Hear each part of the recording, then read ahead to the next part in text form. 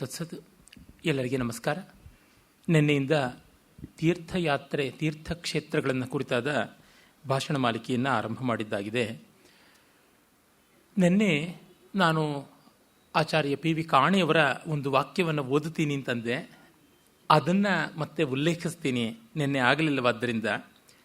ಇದರೊಳಗೆ ಗೊತ್ತಾಗುತ್ತದೆ, ಒಬ್ಬ ಗಟ್ಟಿಯಾದ ವಿದ್ವಾಂಸ, ಚಿಕಿತ್ಸಕ ದೃಷ್ಟಿಯ ವಿದ್ವಾಂಸ, ಆತ ಆಂತರಂಗಿಕನಾದರೆ, ಇಂಟರ್ನಲ್ ಆದರೆ ಬರತಕ್ಕಂಥ ಕಾಂತಿ ಎಂಥದ್ದು, ಪ್ರಾಮಾಣಿಕತೆಯ ಜೊತೆಗೆ ಬರುವ ಪ್ರೀತಿ ಎಂಥದ್ದು ಅನ್ನುವಂಥದ್ದು ಬಹಳ ಸ್ಪಷ್ಟವಾಗಿ ಅವರು ಹೇಳ್ತಾರೆ. ಆ ಮಾತುಗಳು ಇಡೀ ಈ ಉಪನ್ಯಾಸಕ್ಕೆ ಒಳ್ಳೆಯ ಉಪಸಂಹಾರವೂ ಆಗಬಲ್ಲದ್ದು. ಆದರೆ ಅದು ತುಂಬ ಮಹತ್ವದ್ದಾದ್ದರಿಂದ ಮೊದಲೇ ಹೇಳಿದರೆ ನಮಗೆ ಯಾವ ಘನವಾದ ವಿದ್ವಾಂಸರ ಅಂತರ್ದೃಷ್ಟಿಪೂರಿತವಾದ ಅಧ್ಯಯನದ ಬೆಲೆ ಏನು ಮತ್ತು ಈ ಇಡೀ ಚೌಕಟ್ಟನ್ನು ಹೇಗೆ ನಾವು ರೂಪಿಸಿಕೊಳ್ಳಬೇಕು ಅನ್ನೋದು ಕೂಡ ಗೊತ್ತಾಗುತ್ತದೆ. ಅವರು ಹೇಳ್ತಾರೆ, ತೀರ್ಥಗಳನ್ನು ಕುರಿತ ಈ ದೀರ್ಘ ಪಟ್ಟಿಯ ಕೊನೆಯಲ್ಲಿಂದ ಸುಮಾರು ದೀರ್ಘವಾದ ತೀರ್ಥಗಳ ಕ್ಷೇತ್ರಗಳ ಪಟ್ಟಿಯನ್ನು ಕೊಟ್ಟು ಭಾರತದ ಪುಣ್ಯ ಪರ್ವತಗಳು, ಪುಣ್ಯ ನದಿಗಳು, ಪುಣ್ಯಕ್ಷೇತ್ರಗಳು ಇವುಗಳ ವಿಷಯವಾಗಿ ನಾವು ಅವರು 20ನೇ ಶತಮಾನದಲ್ಲಿ ಬರೆಯೋ ಕಾರಣ 20ನೇ ಶತಮಾನದ ಭಾರತೀಯರು ತಳೆಯಬೇಕಾದ ನಿಲುವು ಅಂತಾರೆ. 21 ಅಂತ ನಾವು ಹಾಕೊಳ್ಳೋಣ, ತೊಂದರೆ ಇಲ್ಲ.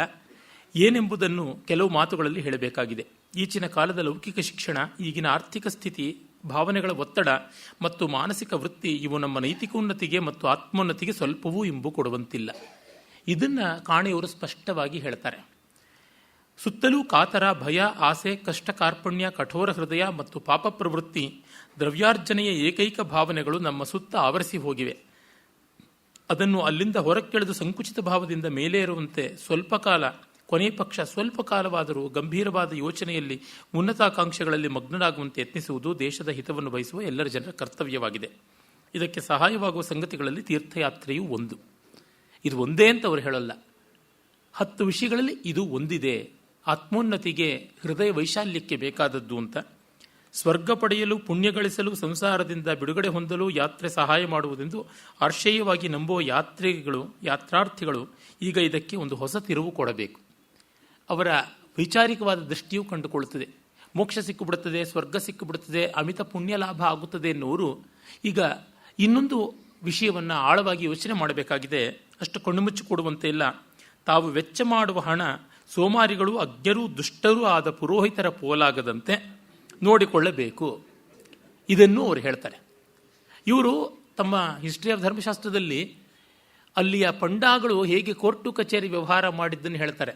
ಅಷ್ಟು ಮಾತ್ರವಲ್ಲ, ಗಯಾ ಮೊದಲಾದ ಕ್ಷೇತ್ರದಲ್ಲಿ ಪರಂಪರೆಯಿಂದ ಬಂದಂಥವರು ತಮಗೆ ಸಂತಾನ ಇಲ್ಲದೇ ಇದ್ದರೆ ತಮ್ಮ ಹಕ್ಕನ್ನು ಬೇರೆಯವ್ರಿಗೆ ಮಾರಿಬಿಡ್ತಾರಂತೆ.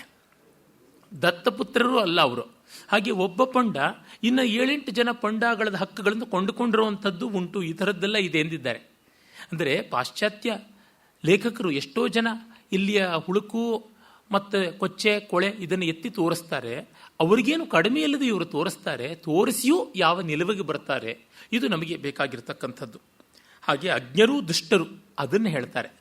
ಎಲ್ಲ ಪುರೋಹಿತರು ಅಂತ ಹೇಳಲ್ಲ, ಅಜ್ಞರೂ ದುಷ್ಟರು ಆದ ಪುರೋಹಿತರಿಂದ ಪೋಲಾಗದಂತೆ ನೋಡಿಕೊಳ್ಳಬೇಕು. ಆರೋಗ್ಯ ನೈರ್ಮಲ್ಯಗಳಿಗೆ ಬಾಧೆ ಬರದಂತೆ ಪುಣ್ಯಸ್ಥಳಗಳಲ್ಲಿಯ ಪರಿಸ್ಥಿತಿಗಳನ್ನು ಪರಿಷ್ಕರಿಸಬೇಕು. ಅಂದರೆ ಆರೋಗ್ಯ ನೈರ್ಮಲ್ಯಗಳಿಗೆ ಬಾಧೆಯಾಗದಂತೆ ಅಲ್ಲಿಯ ಕ್ಷೇತ್ರ ವಿಧಿಗಳನ್ನು ಬದಲಾಯಿಸಿ ಅಂತಾರೆ. ಕ್ಷೇತ್ರ ವಿಧಿಗಳಿಗೆ ಅನುಸಾರವಾಗಿ ಆರೋಗ್ಯ ಸೂತ್ರ, ನೈರ್ಮಲ್ಯ ಸೂತ್ರಗಳು ತಿದ್ದುಕೊಳ್ಳಿ ಅಂತ ಹೇಳೋಲ್ಲ. ಕ್ಷೇತ್ರಗಳಲ್ಲಿರುವ ಪುರೋಹಿತರು ತಾವೂ ಸಹ ಸುಧಾರಿಸದಿದ್ದರೆ, ಅಜ್ಞತೆಯನ್ನು ಸೋಮಾರಿತನವನ್ನು ಈಗಿರುವುದಕ್ಕಿಂತ ಕಡಿಮೆ ಮಾಡಿಕೊಳ್ಳಲಾದರೂ ಯತ್ನಿಸದಿದ್ದರೆ, ಪ್ರಾಮಾಣಿಕವಾಗಿ ಸೇವೆ ಸಲ್ಲಿಸುವ ಮಧ್ಯವರ್ತಿಗಳಂತೆ ಅಥವಾ ಪ್ರವಾಸಿಗಳ ಮಾರ್ಗದರ್ಶಕದಂತೆ ವರ್ತಿಸದಿದ್ದರೆ ಮುಂದೆ ಬರುವ ಪೀಳಿಗೆಯ ಮುಂದೆ ತಾವು ತಮ್ಮ ಉದ್ಯೋಗ ಕಳೆದುಕೊಳ್ಳಬೇಕಾಗುತ್ತದೆ ಎಂಬುದನ್ನು ನೆನಪಿನಲ್ಲಿಡಬೇಕು ಅಂತ ಬರೀತಾರೆ. ಅದು ಮೂಲಚ್ಛೇದ ಪಾಂಡಿತ್ಯವಾಗಿಬಿಡುತ್ತದೆ. ಅಲ್ಲಿಯ ಪಂಡಾಗಳು, ಸ್ಥಳೀಯರು ಇಷ್ಟು ಯಾತ್ರಾರ್ಥಿಗಳನ್ನು ತುಂಬ ಹಿಂಸೆ ಮಾಡಿದರೆ ಅಂತ ಹೇಳ್ತಾರೆ. ಈಗಿನ ಲೌಕಿಕ ವಿದ್ಯಾಭ್ಯಾಸ ಹರಡಿದಂತೆಲ್ಲ ಪುಣ್ಯಾರ್ಜನೆಗಾಗಿ ಯಾತ್ರೆ ಮಾಡುವವರ ಸಂಖ್ಯೆ ಕಡಿಮೆ ಆಗುತ್ತಾ ಹೋಗುತ್ತದೆ. ಹೀಗೆ ಪರ್ವತ, ನದಿಗಳ ಮತ್ತು ಇತರ ಪುಣ್ಯಸ್ಥಳಗಳ ಯಾತ್ರೆಯನ್ನು ಜನ ಪೂರ್ಣವಾಗಿ ತೊರೆದರೆ ಇದರಿಂದ ಭಾರತಕ್ಕೆ ನೈತಿಕ ಮತ್ತು ಧಾರ್ಮಿಕ ಮಹತ್ವಕ್ಕೆ ಬಲವಾದ ಆಘಾತ ಉಂಟಾಗುತ್ತದೆ ಅಂತಾರೆ. ಇದು ಕಾಣೆಯವರು ಗಮನಿಸ್ತಕ್ಕಂಥದ್ದು. ತೀರ್ಥಯಾತ್ರಾ ಪ್ರಕಲ್ಪವನ್ನು ಬಿಟ್ಟರೆ ಆಗುವ ಅನಾಹುತ ಏನು ಅಂತಾರೆ. ಆ ಸಹಾನುಭೂತಿ ಇಲ್ಲದ ಇನ್ಸೈಡರ್ಸ್ ಅಂತೀವಲ್ಲ, ಒಳಗಿನವರಲ್ಲದವರಲ್ಲಿ ಇದು ಬರೋಲ್ಲ. ಪ್ರತಿಯೊಬ್ಬ ಹಿಂದುವೂ ಯಾತ್ರೆಯನ್ನು ಮಾಡಬೇಕು, ಮಾಡದೇ ಇದ್ದರೆ ಅನ್ಯಾಯವಾಗುತ್ತದೆ. ಹಾಗೆ ಮಾಡಬೇಕು ಅಂದರೆ ಒಂದಿರಬೇಕಲ್ವ. ಡಯಾನ ಎಕ್ಕಂತವರು ಅದು ಯಾಕೆ ಬೇಕು, ಇದು ಯಾಕೆ ಬೇಕು, ನೀವು ರಾಮ ಜನ್ಮಭೂಮಿಯಲ್ಲಿ ಯಾತಕ್ಕೆ ಮಾಡಬೇಕು, ಸೋಮನಾಥ ಯಾತಕ್ಕೆ, ದಿ ಶ್ರೈನ್ ಎಟರ್ನಲ್ ಅಂತ ಮುನ್ಷಿಯವರು ಬಹಳ ಅದ್ಭುತವಾಗಿ ಸೋಮನಾಥ ದಿ ಶ್ರೈನ್ ಎಟರ್ನಲ್ ಅಂತ ಪುಸ್ತಕ ಬರೀತಾರೆ. ಬರೆದರೆ ಈಕೆ ಒಂದು ಅಪ್ರಕಟಿತವಾದ ಹಸ್ತಪ್ರತಿ ಅಂತ ಒಂದನ್ನು ಸೃಷ್ಟಿ ಮಾಡ್ತಾರೆ ಡಯಾನ ಎಕ್ಕವರು. ಅದು ಯಾರೋ ಒಬ್ಬ ಶುಕ್ಲಾ ಭಟ್ ಅಂತಕ್ಕಂಥ ಒಬ್ಬ ಆಕೆಯ ಸ್ಥಳೀಯರಂತೆ ಅವರು ಬರೆದಿದ್ದಾರೆ. ಈಸ್ ಇಟ್ ಶ್ರೈನ್ ಎಟರ್ನಲ್ ಅಂತ ಒಂದು ಪುಸ್ತಕ ಆಕೆ ಸಂಶೋಧನೆ ಮಾಡಿದ್ದಾರೆ ಅಂತ. ಇದನ್ನೆಲ್ಲ ಈ ಉಪದ್ವ್ಯಾಪ ನೋಡಿದಾಗ ನನಗೆ ಗೊತ್ತಾಗುವುದು ಸಜ್ಜನ್ ರಾಯರಿಗೆ ಡಿ ವಿ ಜಿ ಅವರು ಏನು ಹೇಳಿದ್ರು ಜ್ಞಾಪಕ ಚಿತ್ರಶಾಲೆಯಲ್ಲಿ ಅಂತ. ಅವರಷ್ಟು ದಿವ್ಯವಾಗಿ ಸುಬ್ರಹ್ಮಣ್ಯನ ದೇವಸ್ಥಾನ ಕಟ್ಟಿದಾಗ ಎಷ್ಟೋ ಜನ ಬಂದು ನೀನು ಯಾಕೆ ಈ ದೇವಸ್ಥಾನ ಕಟ್ಟಿದೆ ಅಂತೆಲ್ಲ ಆಕ್ಷೇಪ ಮಾಡಿದ್ರು. ಡಿ ವಿ ಜಿ ಅವರ ಹತ್ರಕ್ಕೆ ಅವ್ರು ಬಂದು ಕೇಳ್ತಾರೆ, ಧರ್ಮಪ್ರಕಾಶ ರಾವ್ ಬಹದ್ದೂರು ಸಜ್ಜನ್ ರಾಯರು, ಸ್ವಾಮಿ ನಮ್ಮ ಸನಾತನ ಧರ್ಮ ಉಳಿಯುತ್ತಾ ಅಂತ. ಯಾಕೆ ಆ ಮಾತು ಹೇಳ್ತೀರಾ, ಒಂದು ಸ್ವಲ್ಪ ವರ್ಷಕ್ಕೆ ಮುಂಚೆನೇ ಈ ಪ್ರಶ್ನೆ ಕೇಳಿದ್ರೆ ನಿಮಗೆ ದುಡ್ಡೇ ಉಳಿತಾ ಇತ್ತಲ್ಲ ದೇವಸ್ಥಾನದ್ದು ಅಂತಾರೆ. ಇಲ್ಲ ಸ್ವಾಮಿ ತಮಾಷೆ ಮಾಡಬೇಡಿ, ಗಂಭೀರವಾಗಿ ಹೇಳಿ ಅಂತ. ಯಾಕೆ ಏನಾಯಿತು ಅಂದರೆ, ನೀನು ಹಾಸ್ಪಿಟ್ಲ್ ಕಟ್ಟಿಸ್ಬೇಕಾಗಿತ್ತು, ಸ್ಕೂಲ್ ಕಟ್ಟಿಸ್ಬೇಕಾಗಿತ್ತು, ಆಗ ಒಳ್ಳೇದಾಗ್ತಾ ಇತ್ತು ಜನಕ್ಕೆ ಅಂತ ಹೇಳ್ತಾರೆ ಎಂದಾಗ ಡಿ ವಿ ಜಿ ನೋಡಿ, ಒಳ್ಳೆಯದು ಅಂತನ್ನೋದಕ್ಕೆ ವಿಶ್ವಾಸಕ್ಕೆ ಬುನಾದಿ ಆಗತಕ್ಕಂಥದ್ದು ದೇವರು, ದೇವಾಲಯ. ನೀವು ಆ ಮೂಲಭೂತವಾದ ವಿಶ್ವಾಸವನ್ನು ಉಳಿಸಿದ್ದೀರಾ.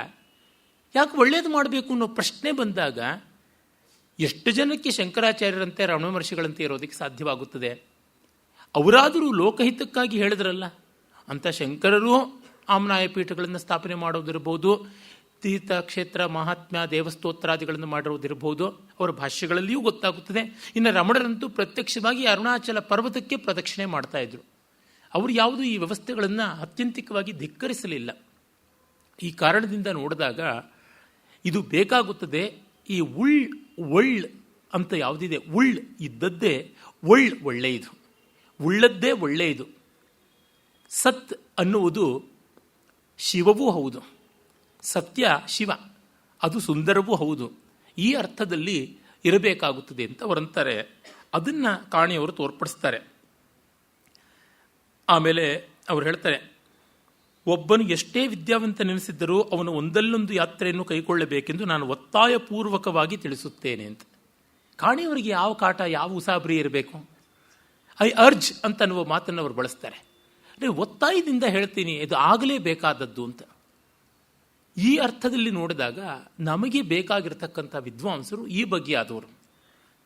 ಈಚೆಗೆ ನಮ್ಮ ದೇಶ ಸ್ವಾತಂತ್ರ್ಯ ಪಡೆದಿದೆ. ಮಿಲಿಯಗಟ್ಟಲೆ ಜನ ಸ್ವಭಾವಗಳ ನಿರ್ಮಾಣ ಮತ್ತು ನಿರ್ನಾಮ ಎರಡೂ ನಮ್ಮ ಕೈಯಲ್ಲಿದೆ ಅಂತ. Moulding are destroying the nature of people. ಭೌತಿಕವಾಗಿ ನಮ್ಮ ಆಹಾರ, ಬಟ್ಟೆ, ನಡೆ, ನುಡಿ ಇವುಗಳಲ್ಲಿ ಭಿನ್ನತೆ ಇದ್ದರೂ ನಾವೆಲ್ಲ ಒಂದೇ ಜನಾಂಗವಾಗಿ ಬಾಳಿದ್ದೇವೆ. ಈ ಬೃಹತ್ ರಾಷ್ಟ್ರದ ಯಾವ ಭಾಗದ ಯಾವ ಜಿಲ್ಲೆಯವನೇ ಆಗಲಿ, ಅವನು ಭಾರತದ ಮಹತ್ವಪೂರ್ಣವಾದ ತಾತ್ವಿಕ ಧಾರ್ಮಿಕ ಭಾವಗಳಿಗೆ ತನ್ನ ಸಮರ್ಥವಾದ ಆಲೋಚನೆಗಳನ್ನು ಎರೆಯದೇ ಬಿಟ್ಟಿಲ್ಲ. ಸಾಹಿತ್ಯ, ಕಲೆ ಮೊದಲಾದವುಗಳಿಗೆ, ಪುಣ್ಯಕ್ಷೇತ್ರಗಳಿಗೆ ತನ್ನ ಪಾಲನ್ನು ಸಲ್ಲಿಸದೇ ಬಿಟ್ಟಿಲ್ಲ. ಈ ಕಾರಣದಿಂದ ಭಾರತದ ಒಂದು ಭಾಗದ ಭವಿತವ್ಯವಾಗಿ ಉಳಿದ ಎಲ್ಲ ಭಾಗಗಳ ಮೇಲೂ ಇದು ನಿಂತಿದೆ. ಪಡೆದ ಸ್ವಾತಂತ್ರ್ಯವನ್ನು ನಾವು ದಕ್ಕಿಸಿಕೊಳ್ಳಬೇಕಾದರೆ ಈ ಬೃಹತ್ ರಾಷ್ಟ್ರದ ಬೇರೆ ಬೇರೆ ಭಾಗಗಳನ್ನು ನಾವು ಆಗಾಗ ಸಂದರ್ಶಿಸಬೇಕು, ಅವರ ಜೊತೆಗೆ ಬೆರೆಯಬೇಕು, ಅವರ ಆಶಯ ಆಶೋತ್ತರಗಳನ್ನು, ಕುಂದು ಕೊರತೆಗಳನ್ನು ಅರಿತು ಅವರೊಡನೆ ಪಾಲ್ಗೊಳ್ಳಬೇಕು ಅಂತ ವಿಸ್ತಾರ ಮಾಡ್ಕೊಂಡು ಹೋಗ್ತಾರೆ. ಅಂದರೆ ಒಟ್ಟಿನಲ್ಲಿ ನಮ್ಮ ಜನರ ಜೊತೆಗೆ ಬೆರೆಯೋದಕ್ಕೆ ತೀರ್ಥಯಾತ್ರೆ ತುಂಬ ಬೇಕು ಅಂತ. ಅಂದರೆ ಒಂದು ರಾಷ್ಟ್ರ ಪ್ರಕಲ್ಪ ಅಂತ ಹೇಳ್ತಾರೆ. It's one dimension of nationalism ಅಂತ. ಡಯಾನ ಎಕ್ಕಂತವರು ಇನ್ನೂ ಅನೇಕರು ನ್ಯಾಷನಲಿಸಮ್ ಅನ್ನೋದಕ್ಕೆ ಆ ಬೇರಿಗೆ ಬೆಂಕಿ ಹಾಕೋದಕ್ಕೆ ಹೋಗ್ತಾರೆ. ಇದು ತುಂಬ ಅನರ್ಥಕಾರಿಯಾದದ್ದು. ಅವರಿಗೆ ದುರ್ಬಲವಾದ ಸನಾತನ ಧರ್ಮ ಬೇಕು, ದುರ್ಬಲವಾಗಿ ಅದು ಬದುಕಿರಬೇಕು ಅಂತ, ಹಲ್ಲು ಕಿತ್ತು ಹಾವಾಗಿ ಇರಬೇಕು ಅಂತ ಹೇಳ್ಬಿಟ್ಟು. ಅಂದರೆ ಅದು ತಾನು ತನ್ನ ನಿರಾಕಾರತೆಯನ್ನೋ ನಿರ್ಗುಣತೆಯನ್ನೋ ತೋರ್ಪಡಿಸುವುದು ಅಸಹಾಯಕತೆಯ ವ್ಯಕ್ತೀಕರಣವಾಗಬೇಕು ಅಂತ. ಇದು ತುಂಬ ಅನರ್ಥಕಾರಿಯಾದದ್ದು. ಇವತ್ತು ವಾಟ್ಸಪ್ನಲ್ಲಿ ಒಂದು ಸಂದೇಶ ಬಂದಿತ್ತು ನನ್ನ ಸ್ನೇಹಿತರೊಬ್ಬರಿಂದ. ಎಲ್ಲಿ ಪಂಡಿತರು ಶೌರ್ಯ ಪರಾಂಗುಖರಾಗ್ತಾರೋ, ವೀರರ ಜೊತೆಗೆ ವ್ಯವಹರಿಸೋದಕ್ಕೆ ಇಷ್ಟಪಡಲ್ವೋ, ಆಗ ಆ ದೇಶದ ವಿಚಾರವನ್ನು ನಡೆಸುವವರು ಹೇಡಿಗಳು, ಯುದ್ಧ ಮಾಡುವವರು ಮೂಢರೂ ಆಗ್ತಾರೆ ಅಂತ. ಸೈನಿಕರು ಮೂಢರಾಗ್ತಾರೆ, ವಿಚಾರವಂತರು ಹೇಡಿಗಳಾಗ್ತಾರೆ ಅಂತ. ಬ್ರಾಹ್ಮಕ್ಷಾತ್ರ ಸಮಾಯೋಗ ಅನ್ನೋದನ್ನು ಮತ್ತೆ ವೇದ ಹೇಳಿದೆಯಲ್ಲ, ಅದು ಇಲ್ಲಿಯೂ ಅನ್ವಿತವಾಗಬೇಡವೆ ಅಂತನ್ನುವುದನ್ನು ನಾವು ಕಾಣಬೇಕು. ಹಾಗೆ ಈ ದೃಷ್ಟಿಯಿಂದ ಅವರು ಹೇಳ್ತಾರೆ, ನಮ್ಮ ಯಾವುದೇ ಬೆಟ್ಟಗಳನ್ನು, ಅರಣ್ಯಗಳನ್ನು ಹೊಕ್ಕು ನೋಡುವುದು ಈ ರುದ್ರ ರಮಣೀಯ ಪ್ರಶಾಂತ ಶಿಖರಗಳನ್ನು ಮನುಷ್ಯನು ಗೆಲ್ಲಬೇಕಾದ ಭೌತಿಕ ವಸ್ತುಗಳಂತೆ ಪರಿಗಣಿಸಲಾರದು ಅಂತ ಹೇಳ್ತಾನೆ. ಅಂದರೆ ಕಾಂಕರಿಂಗ್ ಹಿಮಾಲಯ, ಎಕ್ಸ್ಪ್ಲೋರಿಂಗ್ ಗಂಗಾ ಇವು ತಮ್ಮ ಬಾಹ್ಯವಾದ ಭೌತಿಕ ಶಕ್ತಿ ಸಾಮರ್ಥ್ಯಗಳ ಸಾಧನವಾಗಿ, ಪ್ರದರ್ಶನವಾಗಿ ಆಗಬಾರದು. ಆ ನಮ್ರತೆ ಬೇಕು ಅಂತಾರೆ. ನಿನ್ನೆ ದಿವಸ ನಾವು ಕೆಲವು ಅಂಶಗಳನ್ನು ನೋಡ್ತಾ ಇದ್ವಿ. ಅಲ್ಲಿ ಸರಸ್ವತಿಯ ಪ್ರಸ್ತಾವ ಬಂತು. ಸರಸ್ವತಿ ಒಂದು ನದಿಯಾಗಿ ಅದು ಬತ್ತಿ ಹೋದರೂ ಅದರ ಭಾವ ಮಾತ್ರ ಬತ್ತಲಿಲ್ಲ ಅಂತ ಹೇಳಿದೆ. ಈ ಮತ್ತೂ ಒಂದು ಅಂಶವನ್ನು ಸೇರಿಸಿ ಹೇಳಬೇಕಾಗಿದೆ. ಭವದಲ್ಲಿ ಸರಸ್ವತಿ ಬತ್ತಿದ್ದರೂ ಅದನ್ನು ನಮ್ಮ ಜನ ಭಾವದಲ್ಲಿ ಬತ್ತು ಹೋಗೋಕೆ ಅವಕಾಶ ಕೊಡಲಿಲ್ಲ. ಮತ್ತೆ ನೋಡಿ, ಇಲ್ಲಿ ಒಂದು ಸುಲಭದ ದಾರಿ ಇತ್ತು. ಮತ್ತೊಂದು ನದಿಗೆ ಸರಸ್ವತಿ ಅಂತ ಹೆಸರಿಟ್ಬಿಡೋದು ಮಾಡಲಿಲ್ಲ. ಈಗ ಗಂಗೆ ಇದೆ, ಎಷ್ಟು ದಕ್ಷಿಣ ಗಂಗೆಗಳಿವೆ. ಕಾಶಿ ಇದೆ, ಎಷ್ಟು ದಕ್ಷಿಣ ಕಾಶಿಗಳು ಎಲ್ಲ ಇವೆ. ಆದರೆ ದಕ್ಷಿಣ ಸರಸ್ವತಿ ಅಂತ ಒಂದೂ ಇಲ್ಲ. ಅಂದರೆ ಬಹಳ ಸುಲಭವಾಗಿ ಸತ್ತವರ ಹೆಸರನ್ನು ಮುಂದಿನವ್ರಿಗೆ ಇಟ್ಬಿಡೋದು ಅಂತ ಸರಸ್ವತಿ ಹೆಸರು ಇಡ್ಬೋದಾಗಿತ್ತು. ಹಾಗೆ ಮಾಡಿದ್ರೆ ಸರಸ್ವತಿ ಮರೆತು ಹೋಗ್ತಾಳೆ. ಮಾಡದೆ ಎಲ್ಲೆಲ್ಲಿ ನದಿಗಳು ಸೇರುತ್ತವೆಯೋ ಅಲ್ಲೆಲ್ಲ ಗುಪ್ತಗಾಮಿನಿಯಾಗಿ ಬರ್ತಾಳೆ. ಅಂದರೆ ಸರಸ್ವತಿ ಇಂದು ಕಾಣ್ತಾ ಇಲ್ಲ, ನಾವಿಲ್ಲಿ ಕಂಡುಕೊಳ್ಬೇಕಾಗಿದೆ ಅನ್ನೋ ಭಾವ ಇದೆ. ಈ ನೆಲೆ ಇದೆಯಲ್ಲ ತುಂಬ ವಿಶೇಷವಾದದ್ದು. ನಾನು ನಿನ್ನೆ ಭಾಷಣ ಮಾಡಿದ ಮೇಲೆ ಮನೆಗೆ ಹೋಗಿ ನಾನು ಏನು ಮಾತಾಡಿದೆ ಅಂತ ಆಲೋಚನೆ ಮಾಡ್ತಾ ಇದ್ದೆ. ಆಗ ಹೊಳೆದದ್ದನ್ನು ಹೇಳ್ತಾ ಇದ್ದೀನಿ. ಆಗ ಹೊಳೆದದ್ದನ್ನು ಗುರ್ತು ಮಾಡಿಕೊಂಡೆ. ಅಂದರೆ ಸುಲಭದ ದಾರಿ ಇದ್ದಾಗಲೂ ಅದನ್ನು ಬಿಟ್ಟು ಮತ್ತೊಂದು ಭವ್ಯವಾದ ದಾರಿಯನ್ನು ಹಿಡಿದದ್ದು. ಈಗ ನಮ್ಮಲ್ಲಿ ಮಾಡ್ತಾರಲ್ಲ, ಒಬ್ಬರ ದೊಡ್ಡವರ ಹೆಸರನ್ನು ಶಾಶ್ವತೀಕರಣ ಮಾಡಬೇಕು ಅಂದ್ರೆ ಅವ್ರ ರಸ್ತೆಗೆ ಅವ್ರ ಹೆಸರಿಟ್ಬಿಡಿ. ಆ ತರಹ ಅಲ್ಲ. ಇನ್ನೊಂದು ನದಿಗೆ ನಂದಲ್ಲ ಅಂತ ಹೆಸರಿಟ್ಬಿಡ್ಬೋದು. ಯಾವ ಬೋರ್ಡು ಬೇಕಾಗಿಲ್ಲ, ಏನೂ ಬೇಕಾಗಿಲ್ಲ. ಆದರೆ ಈ ರೀತಿಯಾಗಿ ಮಾಡುವುದು ತುಂಬ ಕಷ್ಟ ಇದೆ. ಎಲ್ಲೆಲ್ಲಿ ಸಂಗಮ ಇದೆಯೋ ಅಲ್ಲೆಲ್ಲ ಸರಸ್ವತಿಯನ್ನು ಸಾಕ್ಷಾತ್ಕಾರ ಮಾಡಿಕೊಳ್ಳಬೇಕು. ಹಾಗೆ ಮಾಡಿಕೊಳ್ತಾನೆ ನಾವು ಕಳ್ಕೊಂಡಿದ್ದೇನೋ, ಆದರೆ ನಾವು ಉಳಿಸ್ಕೊಳ್ಬಹುದಾದದ್ದು ಏನು ಅಂತ. ಅಂದರೆ ಸಗುಣ ಅನ್ನುವಂಥದ್ದು ಮೀರಿ ಹೋಗಿ ನಾವು ನಿರ್ಗುಣವನ್ನು ಸಾಧಿಸುವಾಗಲೂ ಆ ಸಗುಣದ ಸೋಪಾನವನ್ನು ಮರೆಯಬಾರದು. ಮತ್ತೊಬ್ಬರಿಗಾಗಿ ಅದು ಇದೆ ಎನ್ನುವುದನ್ನು ಉಪೇಕ್ಷೆ ಮಾಡಬಾರದು ಅನ್ನುವಂತೆ ಸ್ಥಾವರಕ್ಕೆ ಅದರದೇ ಆದ ಮಹತ್ವ ಉಂಟು ಅಂತನ್ನುವುದನ್ನು ಕಂಡುಕೊಳ್ಳೋದಕ್ಕೆ ಇದೆಲ್ಲ ಗೊತ್ತಾಗುತ್ತದೆ. ಹೀಗಾಗಿ ಅದನ್ನು ಮತ್ತೊಂದು ನದಿಗೂ ಹೆಸರಿಟ್ಟು ಅದನ್ನು ಭಾವಾಭಾಸ ಮಾಡಲಿಲ್ಲ. ಸರಸ್ವತಿ ಸ್ಮೃತಿ ಒಂದು ಭಾವವಾದರೆ, ಭವದಲ್ಲಿ ಇನ್ನೊಂದು ಸರಸ್ವತಿಗೆ ಹೆಸರಿಟ್ಟು ಅದನ್ನು ಭಾವಾಭಾಸವಾಗಿ ಸೂಡೋ ಎಮೋಷನ್ಸ್ ಆಗಿ ಮಾಡದೆ ಭಾವಭೂಮವಾಗಿ ಎಲ್ಲೆಲ್ಲಿ ಇದೆಯೋ ಅಲ್ಲೆಲ್ಲೂ ಸರಸ್ವತಿ ಅಂತ ಕಂಡುಕೊಳ್ತಕ್ಕಂಥದ್ದು ತುಂಬ ತುಂಬ ದೊಡ್ಡದಾದದ್ದು. ಮತ್ತು ಇನ್ನೊಂದು ಮಾತು, ನಮ್ಮ ತೀರ್ಥಕ್ಷೇತ್ರಗಳ ವಿಷಯದಲ್ಲಿ ವೇದಗಳಿಂದ ಇದೆ ಅಂತ ಮುಂದೆನೂ ನಾನು ನೋಡೋಣ ಅದನ್ನು. ಆದರೆ ಎಲ್ಲಿಯೂ ಕೂಡ ನಮ್ಮ ಆ ಕಾಲದ ಯಾವ ಬೃಹತ್ ಭಾರತ ಅಂತ ಇತ್ತಲ್ಲ, ವಿಸ್ತೃತವಾದ ಭಾರತ, ಯಾವ ಈ ಹೊತ್ತಿನ ಪಾಕಿಸ್ತಾನ, ಅಫ್ಘಾನಿಸ್ತಾನ, ಬಲೂಚಿಸ್ತಾನ ಮತ್ತು ಬಾಂಗ್ಲಾದೇಶ, ಸ್ವಲ್ಪ ಭಾಗದ ಬರ್ಮಾ, ಇವನ್ನೆಲ್ಲವನ್ನು ಒಟ್ಟು ಒಳಗೊಂಡ ಭಾರತ ಇತ್ತಲ್ಲ, ಪೂರ್ಣ ಪ್ರಮಾಣದ ಭಾರತ. ಆ ಭಾರತದ ಒಳಗೇನೆ ನಮ್ಮೆಲ್ಲ ಪವಿತ್ರ ಕ್ಷೇತ್ರಗಳು ಇರೋದು. ಅದರ ಆಚೆಗೆ ಇಲ್ಲ. ಎಲ್ಲಿಯೂ ಯಾವುದೂ ಉಲ್ಲೇಖ ಇಲ್ಲ. ಇದೂ ಕೂಡ ವೇದ ನಿರ್ಮಾಣ ಮಾಡಿದಂಥ ವೇದರ್ಷಿಗಳು, ಆರ್ಯರು ಅನ್ನೋರು ಇಲ್ಲಿಯವರೇ ಹೊರತು ಬೇರೆ ಎಲ್ಲೂ ಅಲ್ಲ ಅಂತ ಗೊತ್ತಾಗುತ್ತದೆ. ಹಾಗಲ್ಲವಾದರೆ ಪವಿತ್ರ ಸ್ಥಾನ ಇನ್ನೆಲ್ಲಿಯೋ ಒಂದು ಕಡೆ ಇದೆ ಅನ್ನೋ ಭಾವ ಇದ್ದಿದ್ರೆ ಖಂಡಿತ ಅದನ್ನು ಉಲ್ಲೇಖ ಮಾಡ್ತಾ ಇದ್ರು. ತದ್ವಿರುದ್ಧವಾಗಿ ಇಲ್ಲಿಗಿಂತ ಮಿಗಿಲಾಗಿ ಮತ್ತಾವುದೂ ಇಲ್ಲ ಅಂತ ಬರ್ತದೆ. ವಿಶೇಷವಾಗಿ ನೀವು ಸ್ಕಾಂದಾದಿ ಪುರಾಣಗಳಲ್ಲಿ ನೋಡಿದ್ರೆ, ಕಾಶಿಖಂಡ ಅಂತ ನೋಡಿದ್ರೆ ಇದಕ್ಕಿಂತ ಪವಿತ್ರ ಮತ್ತಾವುದೂ ಇಲ್ಲ ಅಂತಕ್ಕಂಥದ್ದು ಬೇಕಾದಷ್ಟು ಕಂಡು ಬರ್ತದೆ. ಕೆಲವೊಂದು ಮಹಾಕ್ಷೇತ್ರಗಳಿಗೆ ಅಂಥ ಒಂದು ವಿಶೇಷವನ್ನು ಹೇಳಿದ್ದಾರೆ, ಕೆಲವು ಮಹಾನದಿಗಳಿಗೆ ಹೇಳಿದ್ದಾರೆ, ಅರೆ ಬೇರೆ ಅದಕ್ಕೆ ಹೇಳಿಲ್ಲ. ಈಗ ಉದಾಹರಣೆಗೆ ಕಾಬೂಲ್ ನದಿ ಅಂತ ಯಾವುದಿದೆ ಅದನ್ನು ಕ್ರಮು ಅಂತ ಕರೀತಾ ಇದ್ರು ಅಂತ ಗೊತ್ತಾಗುತ್ತದೆ ವೇದ ಕಾಲದಲ್ಲಿ. ಆ ಒಂದು ಕುರ್ರಂ ನದಿ ಅದು ಕ್ರಮು, ಕಾಬೂಲು ಕುಭಾ ಅಂತ ಕರೀತಾ ಇದ್ರು. ಆ ನದಿಗಳಿಗೆ ವೈದಿಕ ಪ್ರಪಂಚದಲ್ಲಿ ಅವಕಾಶ ಇತ್ತು, ಆದರೆ ಅವುಗಳನ್ನು ಪರಮ ಪುಣ್ಯ ನದಿಗಳು ಅಂತ ಕರೆದಿಲ್ಲ. ಸಿಂಧು ಆದಮೇಲೆ ಅಂಥ ಒಳ್ಳೆಯ ದೊಡ್ಡ ಹೆಸರುಗಳನ್ನು ಅವುಗಳಿಗೆ ಕೊಟ್ಟೇ ಇಲ್ಲ. ಆರ್ಯರೇನಾದರೂ ಆ ಕಡೆಯಿಂದ ಬಂದಿದ್ದಾರೆ ಅಂದರೆ, ಅಲ್ಲಿ ವಾಸವಾಗಿದ್ದಾರೆ ಅಂದರೆ ಆ ನದಿಗಳಿಗೆ ಪ್ರಾಶಸ್ತ್ಯ ಬರ್ತಾನೇ ಇತ್ತು. ಅದೇ ತದ್ವಿರುದ್ಧವಾಗಿ ಮಧ್ಯವಾಗಿರತಕ್ಕಂಥವು ಯಾವಿವೆ. ಈಗ ಸರಿಯೂ ಪವಿತ್ರವೇ ಆದರೂ ಗಂಗೆಗಿಂತ, ಯಮುನೆಗಿಂತ ಮತ್ತು ಸರಸ್ವತಿಗಿಂತ ಪವಿತ್ರ ಅಂತ ಭಾವಿಸಿಲ್ಲ. ಅದನ್ನೆಲ್ಲ ನಾವು ನೋಡಿದಾಗ ನಮಗೆ ತಿಳಿಯುತ್ತದೆ ಆ ಬ್ರಹ್ಮಾವರ್ತ ಆರ್ಯಾವರ್ತ ಅದನ್ನು ತುಂಬ ದೊಡ್ಡದಾಗಿ ಹೇಳಿದರು ಅಂತ. ಹೀಗೆ ತೀರ್ಥಯಾತ್ರಾದಿಗಳನ್ನು ಗಮನಿಸಿಕೊಳ್ಳುವ ಮೂಲಕವಾಗಿ ನಮಗೆ ನಾವು ಈ ಸ್ಥಳೀಯರೇ ಹೌದು ಅನ್ನುವ ಭಾವನೂ ಚೆನ್ನಾಗಿ ಗೊತ್ತಾಗುತ್ತದೆ. ಅದು ವಾಸ್ತವ ಅನ್ನೋದು ಕೂಡ ಅರ್ಥ ಆಗುತ್ತದೆ.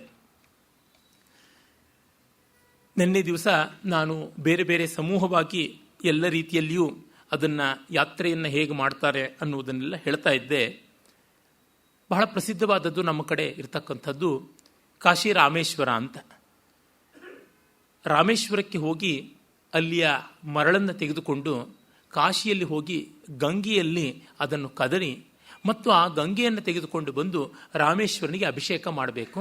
ಹಾಗೆ ಮಾಡಿದರೆ ಒಂದು ಆವರ್ತ ಪೂರ್ಣವಾಗುತ್ತದೆ ಅನ್ನುವ ಭಾವ ಇದೆ.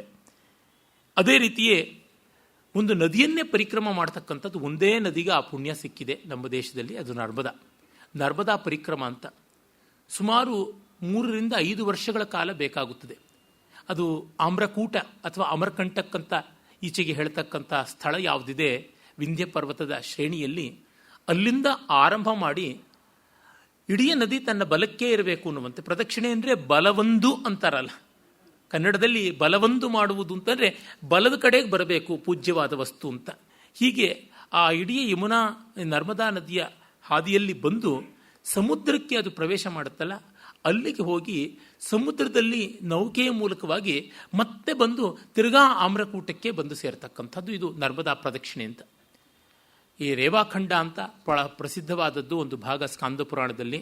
ರೇವಾ ಅಂದರೆ ನರ್ಮದಾ ನದಿಯೇ ಆಗಿದೆ. ಆ ರೇವಾಖಂಡದಲ್ಲಿ ಬರುತ್ತದೆ ನರ್ಮದಾ ಮಹಾತ್ಮೆ ಏನಂದರೆ ಮಿಕ್ಕ ನದಿಗಳು ಅಲ್ಲಿ ಇಲ್ಲಿ ಹೀಗೆಲ್ಲ ಅವುಗಳ ಪವಿತ್ರ ಕ್ಷೇತ್ರ ಅಂತ, ಇಡೀ ದಡ ಬಲ ಎಡ ಅಂತ ವ್ಯತ್ಯಾಸವಿರದೆ ಅಷ್ಟೂ ಪವಿತ್ರ ಅಂತ ಹೇಳುವುದು. ಅಂದರೆ ಮಧ್ಯ ಭಾರತದಲ್ಲಿ ಮೇಖಲೆಯಂತೆ ಭಾರತಾಂಬೆಯ ಒಡ್ಯಾಣದಂತೆ ಇರುವ ಆ ವಿಂಧ್ಯ ಪರ್ವತಕ್ಕೆ ಕಟ್ಟಿದ ಗೆಜ್ಜೆಯ ಸರದಂತೆ ಇರುವ ಇಡೀ ನರ್ಮದಾ ನದಿಯನ್ನು ಆದ್ಯಂತವಾಗಿ ಪ್ರದಕ್ಷಿಣೆ ಮಾಡಬೇಕು ಅನ್ನೋದನ್ನು ಎಷ್ಟು ಜನ ಮಾಡಿದ್ದಾರೆ. ನಾನು ನರ್ಮದಾ ಪರಿಕ್ರಮ ಮಾಡಿದವರನ್ನು ಕಂಡಿದ್ದೀನಿ.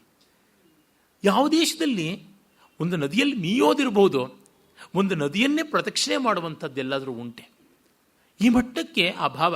ಎಷ್ಟೋ ಜನ ತಮ್ಮ ಬದುಕಿನಲ್ಲಿ ಪ್ರದಕ್ಷಿಣೆ ಮಾಡಬೇಕು ಅಂದ್ಕೊಳ್ಳೋರು ಕಾಲ್ನಡಿಗೆಯಲ್ಲಿ ಮಾಡೋದದು. ಒಂದಷ್ಟು ಕಾಲ 1 ತಿಂಗಳು 2 ತಿಂಗಳು ಒಂದಿಷ್ಟು ದೂರ ಪ್ರದಕ್ಷಿಣೆ ಮಾಡಿ ಯಾವುದೋ ಒಂದು ಸ್ಥಳ ಅಂತ ಆ ಸ್ಥಳವನ್ನು ಗುರುತಿಟ್ಟುಕೊಂಡು ಮತ್ತೆ ಹೋಗಿ ತಮ್ಮ ಕೆಲಸಗಳನ್ನೆಲ್ಲ ಮುಗಿಸ್ಕೊಂಡು ಮತ್ತೊಮ್ಮೆ ಬಿಡುವಾದಾಗ ಮಾಡುವುದು. ಹೀಗೆ 3ರಿಂದ 5 ವರ್ಷದ ಅವಧಿಯಲ್ಲಿ ನರ್ಮದಾ ಪರಿಕ್ರಮ ಅಂತ ಮಾಡ್ತಾರೆ. ತುಂಬ ದೊಡ್ಡದಾದ ತತ್ವ ಅಲ್ಲಿದೆ ಅಂತ ಅನಿಸುತ್ತದೆ. ಹೀಗಾದರೆ ಇನ್ನು ಕೆಲವು ಈ ಯಾತ್ರಾ ವ್ರತಗಳು ಮೊದಲಿಂದಲೂ ಬರುತ್ತವೆ. ನಾನು ಅದನ್ನು ಮುಂದೆ ಹೇಳಲಿದ್ದೇನೆ. ಆದರೆ ಈಗ ಸಮಾಜದಲ್ಲಿ ಇರುವುದು ಏನು ಅಂತ ತೋರ್ಪಡಿಸೋದಕ್ಕೆ ಪ್ರಯತ್ನ ಪಡ್ತಿದ್ದೀನಿ. ಅಂತ ಒಂದು ಅಯ್ಯಪ್ಪ ಸ್ವಾಮಿ ಮಣಿಕಂಠನ ದರ್ಶನಕ್ಕೆ ಮಾಡುವ ವ್ರತ, ಶಬರಿಮಲೆ ವ್ರತ. ಅಲ್ಲಿ ನೋಡಿ ಆ 40 ದಿವಸಗಳ ಅವಧಿಯಲ್ಲಿ ಅವರು ಮಾಲೆ ಹಾಕಿಕೊಂಡ್ರು ಅಂತಂದರೆ ಬ್ರಹ್ಮವಿದ್ ಬ್ರಹ್ಮೈವ ಭವತಿ ಅಂತ. ಪ್ರತಿಯೊಬ್ಬರೂ ಅವರಿಗೆ ಸ್ವಾಮಿ, ಅವರು ಪ್ರತಿಯೊಬ್ಬರಿಗೂ ಸ್ವಾಮಿ. ಯಾರನ್ನೂ ಯಾರು ಬೇರೆ ರೀತಿಯಲ್ಲಿ ಮಾತಾಡಿಸೋದಿಲ್ಲ, ಬೇರೆ ರೀತಿಯಲ್ಲಿ ಮಾತಾಡಿಸುವಂತೆ ಇಲ್ಲ ಅಂತ. ಮಾಲೆ ಹಾಕ್ಕೊಂಡವ್ರನ್ನ ನಾವು ಸ್ವಾಮಿ ಅನ್ನಬೇಕು. ಅವರು ಚರಾಚರ ಜೀವರಾಶಿಗಳು ಸ್ಥಾವರ ಜಂಗಮಾತ್ಮಕವಾದದ್ದು ಎಲ್ಲವನ್ನೂ ಕೂಡ ಸ್ವಾಮಿ ಅಂತ ಕರೀಬೇಕು ಅಂತ ಆ ದೀಕ್ಷೆಯಿಂದ ಬರತಕ್ಕಂಥದ್ದು. ಅದರೊಳಗೆ ಕೆಲವರು ಮಾಡೋಲ್ಲ, ಹಾಗೆ ಹೀಗೇನ್ಬೋದು. ಆದರೆ ಅದರ ಭಾವ ಮತ್ತು ಎಷ್ಟೋ ಜನ ಮಾಡುವುದನ್ನು ಕಂಡಿದ್ದೀವಲ್ಲ. ಆಗ ಅವರು ಇಂಥ ಮದ್ಯ ಮಾಂಸಾದಿಗಳಲ್ಲಿ ಮಗ್ನರಾದವರಿಗೂ ಅದನ್ನು ಬಿಟ್ಟು ಇರಬೇಕು ಅಂತ. ನನ್ನ ಅಣ್ಣ ಅಡ್ವೊಕೇಟು, ಕ್ರಿಮಿನಲ್ ಲಾಯರು, ಅವನು ಹೇಳ್ತಿರ್ತಾನೆ, ಈ ಅವಧಿಯಲ್ಲಿ ಈ ಡಿಸೆಂಬರ್ ಜನವರಿ ಅವಧಿನಲ್ಲಿ ನಮ್ಮ ಕ್ರಿಮಿನಲ್ ಕೋರ್ಟ್ಗಳಲ್ಲಿ ಕೆಲಸ ಇರೋದಿಲ್ಲ ಅಂತ. ಯಾವ ಕರ್ಫ್ಯೂ ಯಾವ ಕಾನೂನು ಯಾವುದೂ ಮಾಡದೇ ಇರೋದು ಅಯ್ಯಪ್ಪ ಸ್ವಾಮಿ ಮಾಡಿಬಿಡ್ತಾನೆ ಅಂತ. ಸುಳ್ಳು ಹೇಳೋಂಗಿಲ್ಲ, ಕಳ್ಳತನ ಮಾಡೋಂಗಿಲ್ಲ, ಈ ಥರದ್ದೆಲ್ಲ ಇರೋದ್ರಿಂದ ಪೊಲೀಸ್ ಸ್ಟೇಷನ್ಗಳು ಕೋರ್ಟ್ಗಳು ಖಾಲಿ ಆಗಿರ್ತವೆ ಅಂತ. ಆಮೇಲೆ ಶುರು ಮಾಡ್ಕೋತಾರೆ ಎಲ್ಲ. ಅಷ್ಟು ದಿವಸ ಬಿಟ್ಟಿದ್ರಲ್ಲ, ಅದಕ್ಕೇನಂತೀರ? ಇನ್ಯಾವುದಾದ್ರೂ ಹೆಸರು ಹೇಳಿ ಮಾಡಿಸಿ ನೋಡೋಣ. ಮಾಲೆ ಹಾಕ್ತಾರೆ, ಆ ಮಾಲೆ ಹಾಕ್ಕೊಳ್ಳೋ ಕಾಲ ಅಂತ. ಈ ರೀತಿಯಲ್ಲಿ ಅವರು ಆ ಡಯಾನ ಎಕ್ಕಂಥವರು ಅಲ್ಲಿ ಪೊಲ್ಯೂಷನ್ ಆಗ್ತಾ ಇದೆ, ಕೆಲವು ಸಾವಿರಗಳ ಗಟ್ಟಲೆಯಲ್ಲಿದ್ದಂಥ ಜನ ಈಗ ಲಕ್ಷಗಟ್ಟಲೆ ಆಗಿದ್ದಾರೆ, ಕೋಟಿಯನ್ನು ಮುಟ್ತಾರೆ. ಹೀಗಾಗಿ ತುಂಬ ಮಾಲಿನ್ಯವೆಲ್ಲ ಆಗಿದೆ ಅಂತಾರೆ. ನಿಜ, ಅದು ಹೌದು. ಅದಕ್ಕೆ ಬೇರೆ ವ್ಯವಸ್ಥೆ ಮಾಡಬೇಕು. ಇಷ್ಟು ಜನ ಭಕ್ತಾದಿಗಳ ರೆವಿನ್ಯೂ ತಗೋತ್ತಲ್ಲ. ಆ ಕೇರಳದ ಕಮ್ಯುನಿಸ್ಟ್ ಸರ್ಕಾರ, ಕಾಂಗ್ರೆಸ್ ಸರ್ಕಾರ ಏನು ಕಿಸೀತಾ ಇದೆ, ಅದು ಮಾಡಬೇಕಾದದ್ದು ಕೆಲಸ. ಜನಗಳನ್ನು ಬೈಯೋದಲ್ಲ, ಜನನಾಯಕರನ್ನು ಬೈಬೇಕು. ಆಕೆ ಬೆಚ್ಚಿಗೆ ಬಾಯಿಗೆ ಬೆಲ್ಲ ಜಡ್ಕೊಂಡಂತೆ ಕಾಂಗ್ರೆಸ್ಸಿನ ಅನ್ಯಾಯದ ವಿಷಯದಲ್ಲಿ ಒಂದು ಆಡೋದಿಲ್ಲ. 60 ವರ್ಷ ಅದೇ ತಾನೇ ಇದ್ದಿದ್ದು, ದೇಶವನ್ನು ಆಳಿದ್ದು, ಹಾಳು ಮಾಡಿದ್ದು, ಎಂಥದ್ದು ನಡೆಸ್ತಾ ಇಲ್ಲ ಅಂತಂದರೆ ಏನಿದು ಅನರ್ಥ ಅಂತ ಗೊತ್ತಾಗುತ್ತದೆ.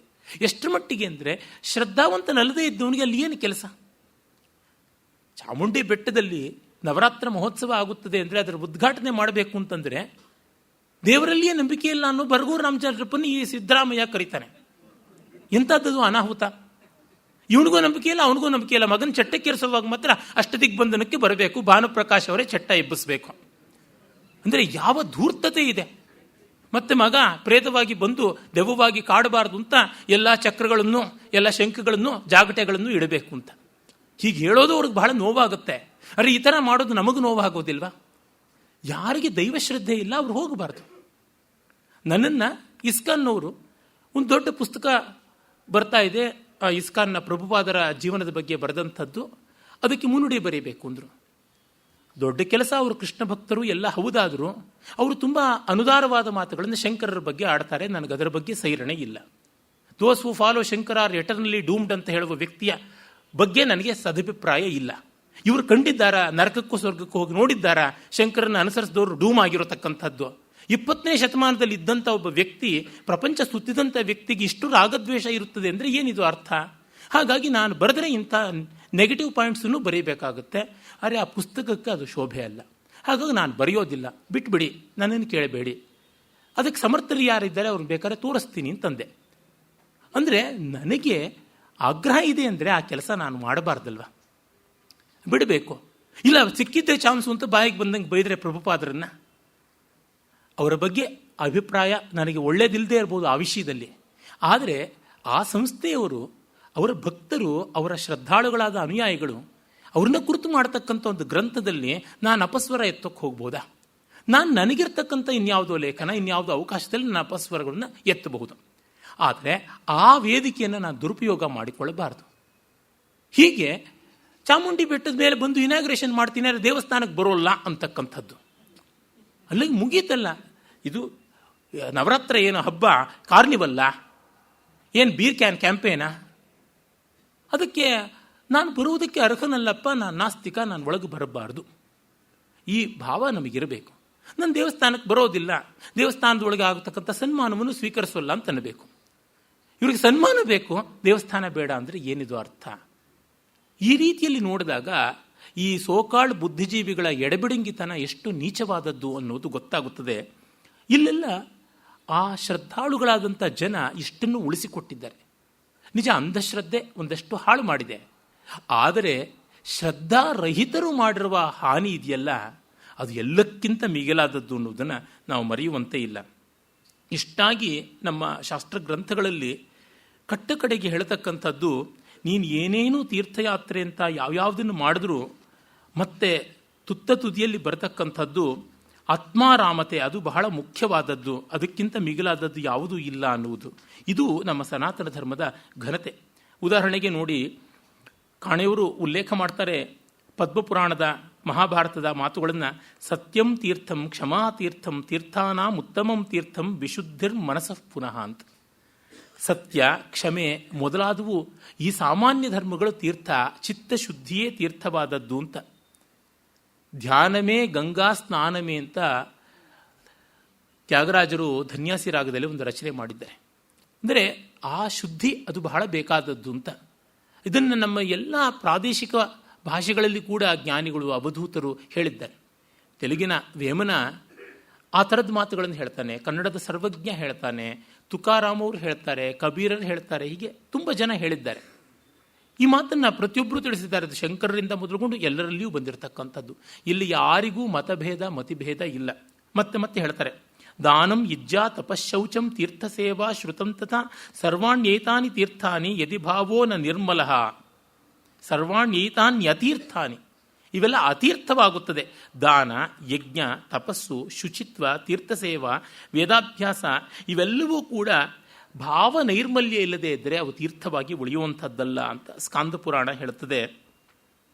ಆತ್ಮಾನದಿ ಸಂಯಮ ತೋಯಪೂರ್ಣ ಸತ್ಯಾವಹ ಶೀಲತಟ ದಯೋರ್ಮಿ ತತ್ರಾಭಿಷೇಕಂ ಕುರು ಪಾಂಡುಪುತ್ರ ನ ವಾರಿಣ ಶುದ್ಧತಿ ಚಾಂತರಾತ್ಮ ಅಂತ ವಾಯುಪುರಾಣದ ಮಾತು. ಅಂದರೆ ಆತ್ಮವೇ ನದಿ, ಸಂಯಮ ಅನ್ನುವಂಥ ನೀರು ಅಲ್ಲಿ ಹರಿತಾ ಇದೆ. ಇಲ್ಲಿ ಸತ್ಯ ಮತ್ತು ಶೀಲ ಅನ್ನುವ ಎರಡು ನದಿಗಳ ಮಧ್ಯೆ ಆತ್ಮ ನದಿ ಎರಡು ದಡಗಳ ಮಧ್ಯೆ ಹರಿತಾ ಇದೆ. ಅದಕ್ಕೆ ದಯೆ ಎನ್ನುವುದೇ ಅಲೆಯಾಗಿದೆ. ಹೀಗಾಗಿ ಅಲ್ಲಿ ನೀನು ಸ್ನಾನ ಮಾಡೋ ಧರ್ಮರಾಜನಿಗೆ ಹೇಳುವ ಮಾತು ಮಿಕ್ಕ ನೀರುಗಳಿಂದ ಆಗತಕ್ಕಂಥದ್ದು ಏನು ಅಂತ. ಹಾಗೆ ಮಹಾಭಾರತದಲ್ಲಿ ಅಹಂಕಾರ ನಿವೃತ್ತಶ್ಚ ಸತೀರ್ಥ ಫಲಮಶ್ನುತೆ ಅಕಲ್ಕಕೋ ನಿರಾಲಂಬ ಲಘ್ವಾಹಾರೋ ಜಿತೇಂದ್ರಿಯ ವಿಮುಕ್ತ ಸರ್ವಪಾಪೇಭ್ಯ ಸತೀರ್ಥ ಫಲಮಶ್ನುತೆ ಅಂತ ಮತ್ತೆ ಮತ್ತೆ ಸಾಮಾನ್ಯ ಧರ್ಮಗಳನ್ನು ಹೇಳ್ತಾನೇ ಇದ್ದಾರೆ.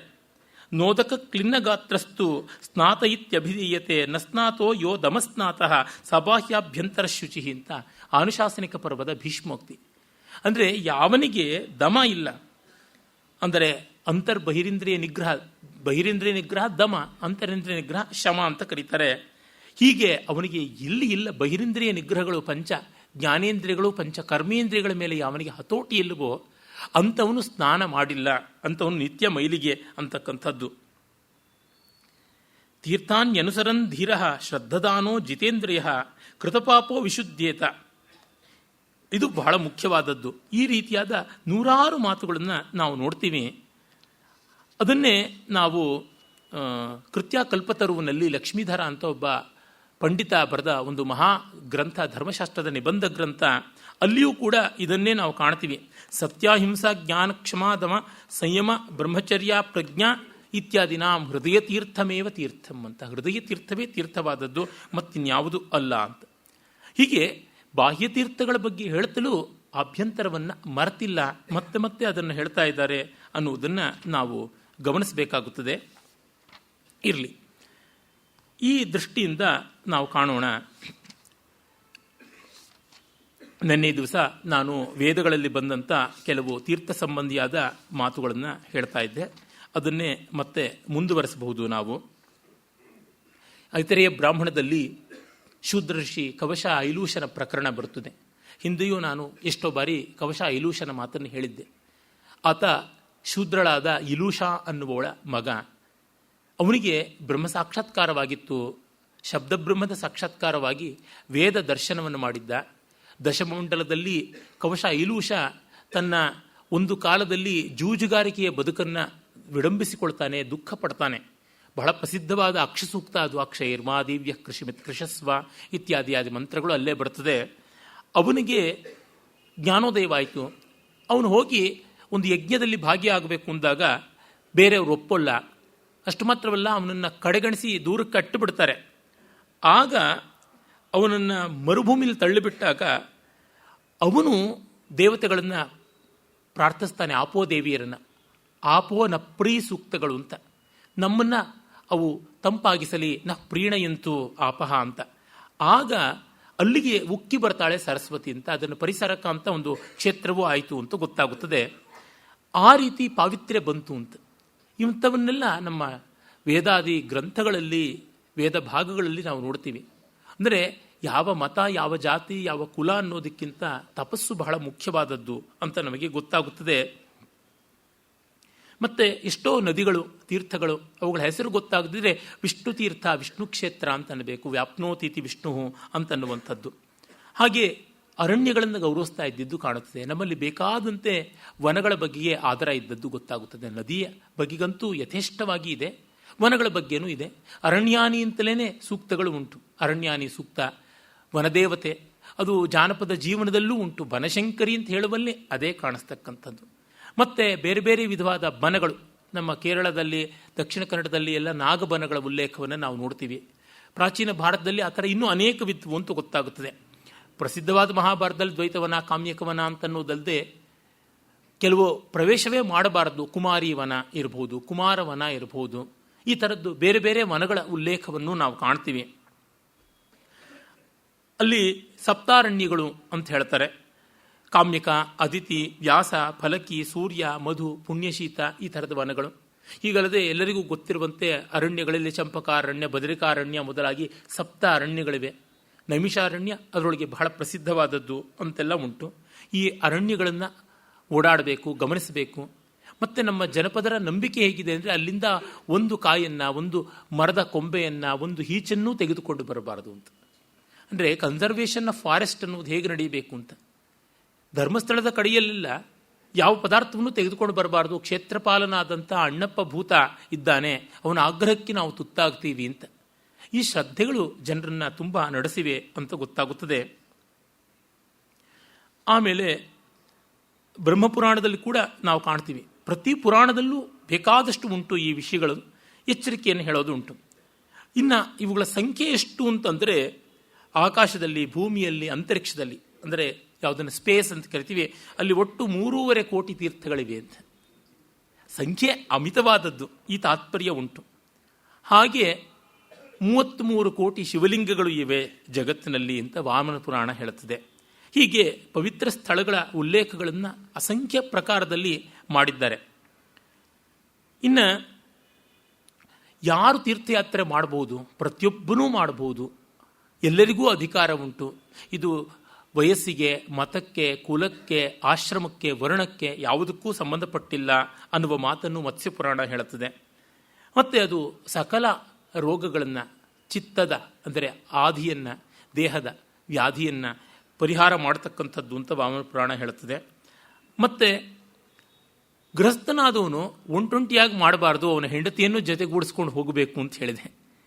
ಎಷ್ಟೋ ಜನ ಗಂಡಸರು ಜಯಪರಮೇಶ್ವರ ಅಂತ ತಾವು ಗುಂಡುಗೋವಿಗಳಂತೆ ಹೊರಟು ಬಿಡ್ತಾರೆ. ಪಾಪ ಅವ್ರು ನೆಚ್ಚಿಕೊಂಡು ಹೆಂಡತಿಯರಿಗೆ ಏನೂ ಇಲ್ಲ ಪ್ರವಾಸ. ಹಾಗಿಲ್ಲ, ಮಾಡಬಾರ್ದು ಅಂತಿದೆ. ಅದನ್ನು ಕೂರ್ಮ ಪುರಾಣ ಹೇಳುತ್ತದೆ, ಭಾರ್ಯಾಂ ವಿನಾ ಯೋ ಧರ್ಮ ಸಯೇವ ವಿಫಲೋ ಭವೇತ್ ಅಂತ. ಹೆಂಡತಿ ಇಲ್ಲದೆ ಅವನು ಏನು ಯಾತ್ರೆ ಮಾಡಿದ್ರೂ ಫಲವಿಲ್ಲ ಅನ್ನುವ ಮಾತನ್ನು ಹೇಳಿದೆ. ಆಮೇಲೆ ತೀರ್ಥಸ್ನಾನದಲ್ಲಿ ಯಾವುದೇ ಸ್ಪೃಶ್ಯಾಸ್ಪೃಶ್ಯ ಭಾವವಿಲ್ಲ. ಇವರು ಮುಟ್ಟಬಾರದವರು, ಇವರು ಮೈಲಿಗೆಯವರು ಅಂತ ಇಲ್ಲ ಅಂತನ್ನುವ ಮಾತನ್ನು ಬಹಳ ಹಿಂದೆಯೇ ನಾವು ಕಾಣ್ತೀವಿ. ಆಮೇಲೆ ನಾವು ಕಾಣತಕ್ಕಂಥದ್ದು ಮಹಾಭಾರತದ ಶಾಂತಿ ಪರ್ವದಲ್ಲಿ ತುಲಾಧಾರ ಮತ್ತು ಜಾಜಲಿ ಅಂತ, ತುಲಾಧಾರ ಅಂತ ಒಬ್ಬ ವೈಶ್ಯ ಮತ್ತು ಜಾಜಲಿ ಅಂತಕ್ಕಂಥ ಒಬ್ಬ ತಪೋಗರ್ವಿತನಾದ ಬ್ರಾಹ್ಮಣ, ಅವನ ಬದುಕಿನ ಉಲ್ಲೇಖ ಬರುತ್ತೆ.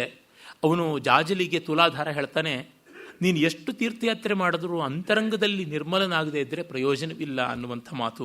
ಅದು ಬಹಳ ದೊಡ್ಡದಾದದ್ದು ಅಂತ. ಕಾಣಿಯವರು ನಮ್ಮಲ್ಲಿ ಕೆಲವು ರಾಜರುಗಳು ಹೇಗೆ ಅನ್ಯಾಯ ಮಾಡ್ತಾ ಇದ್ರು, ಹಿಂದೂ ರಾಜರುಗಳು ಅನ್ನೋದನ್ನು ಬರೀತಾರೆ. ರಾಜತರಂಗಿಣಿಯಲ್ಲಿ ಕಲ್ಹಣ 6ನೇ ತರಂಗ, ಅದು ಒಟ್ಟು 8 ತರಂಗಗಳಿರ್ತಕ್ಕಂಥದ್ದು.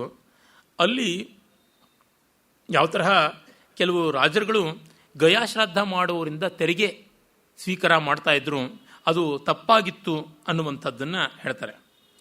ಅದೇ ತರಹ ಅಹಿನವಾಡ ಅಂತ ಒಂದು ರಾಜಪುತ್ರ ಕ್ಷೇತ್ರ, ರಾಜಪುತ್ರರ ರಾಜಧಾನಿ, ಅಲ್ಲಿದ್ದಂಥ ಸಿದ್ಧರಾಜ ಅವನು ಸೋಮನಾಥ ಯಾತ್ರೆಗಳಿಗೆ, ಅದು ಗುಜರಾತ್ನಲ್ಲಿರ್ತಕ್ಕಂಥ ಪ್ರಸಿದ್ಧ ಸೋಮನಾಥವೇ, ಅವರಿಗೆ ಸುಂಕ ವಿಧಿಸ್ತಾ ಇದ್ದ ಅಂತ ಕಡೆಗೆ ಅವನ ತಾಯಿ ಅಡ್ಡಿ ಬಂದು ಅದನ್ನು ನಿಲ್ಲಿಸಿದಳು ಅನ್ನೋ ಉಲ್ಲೇಖವನ್ನು ಮಾಡ್ತಾರೆ.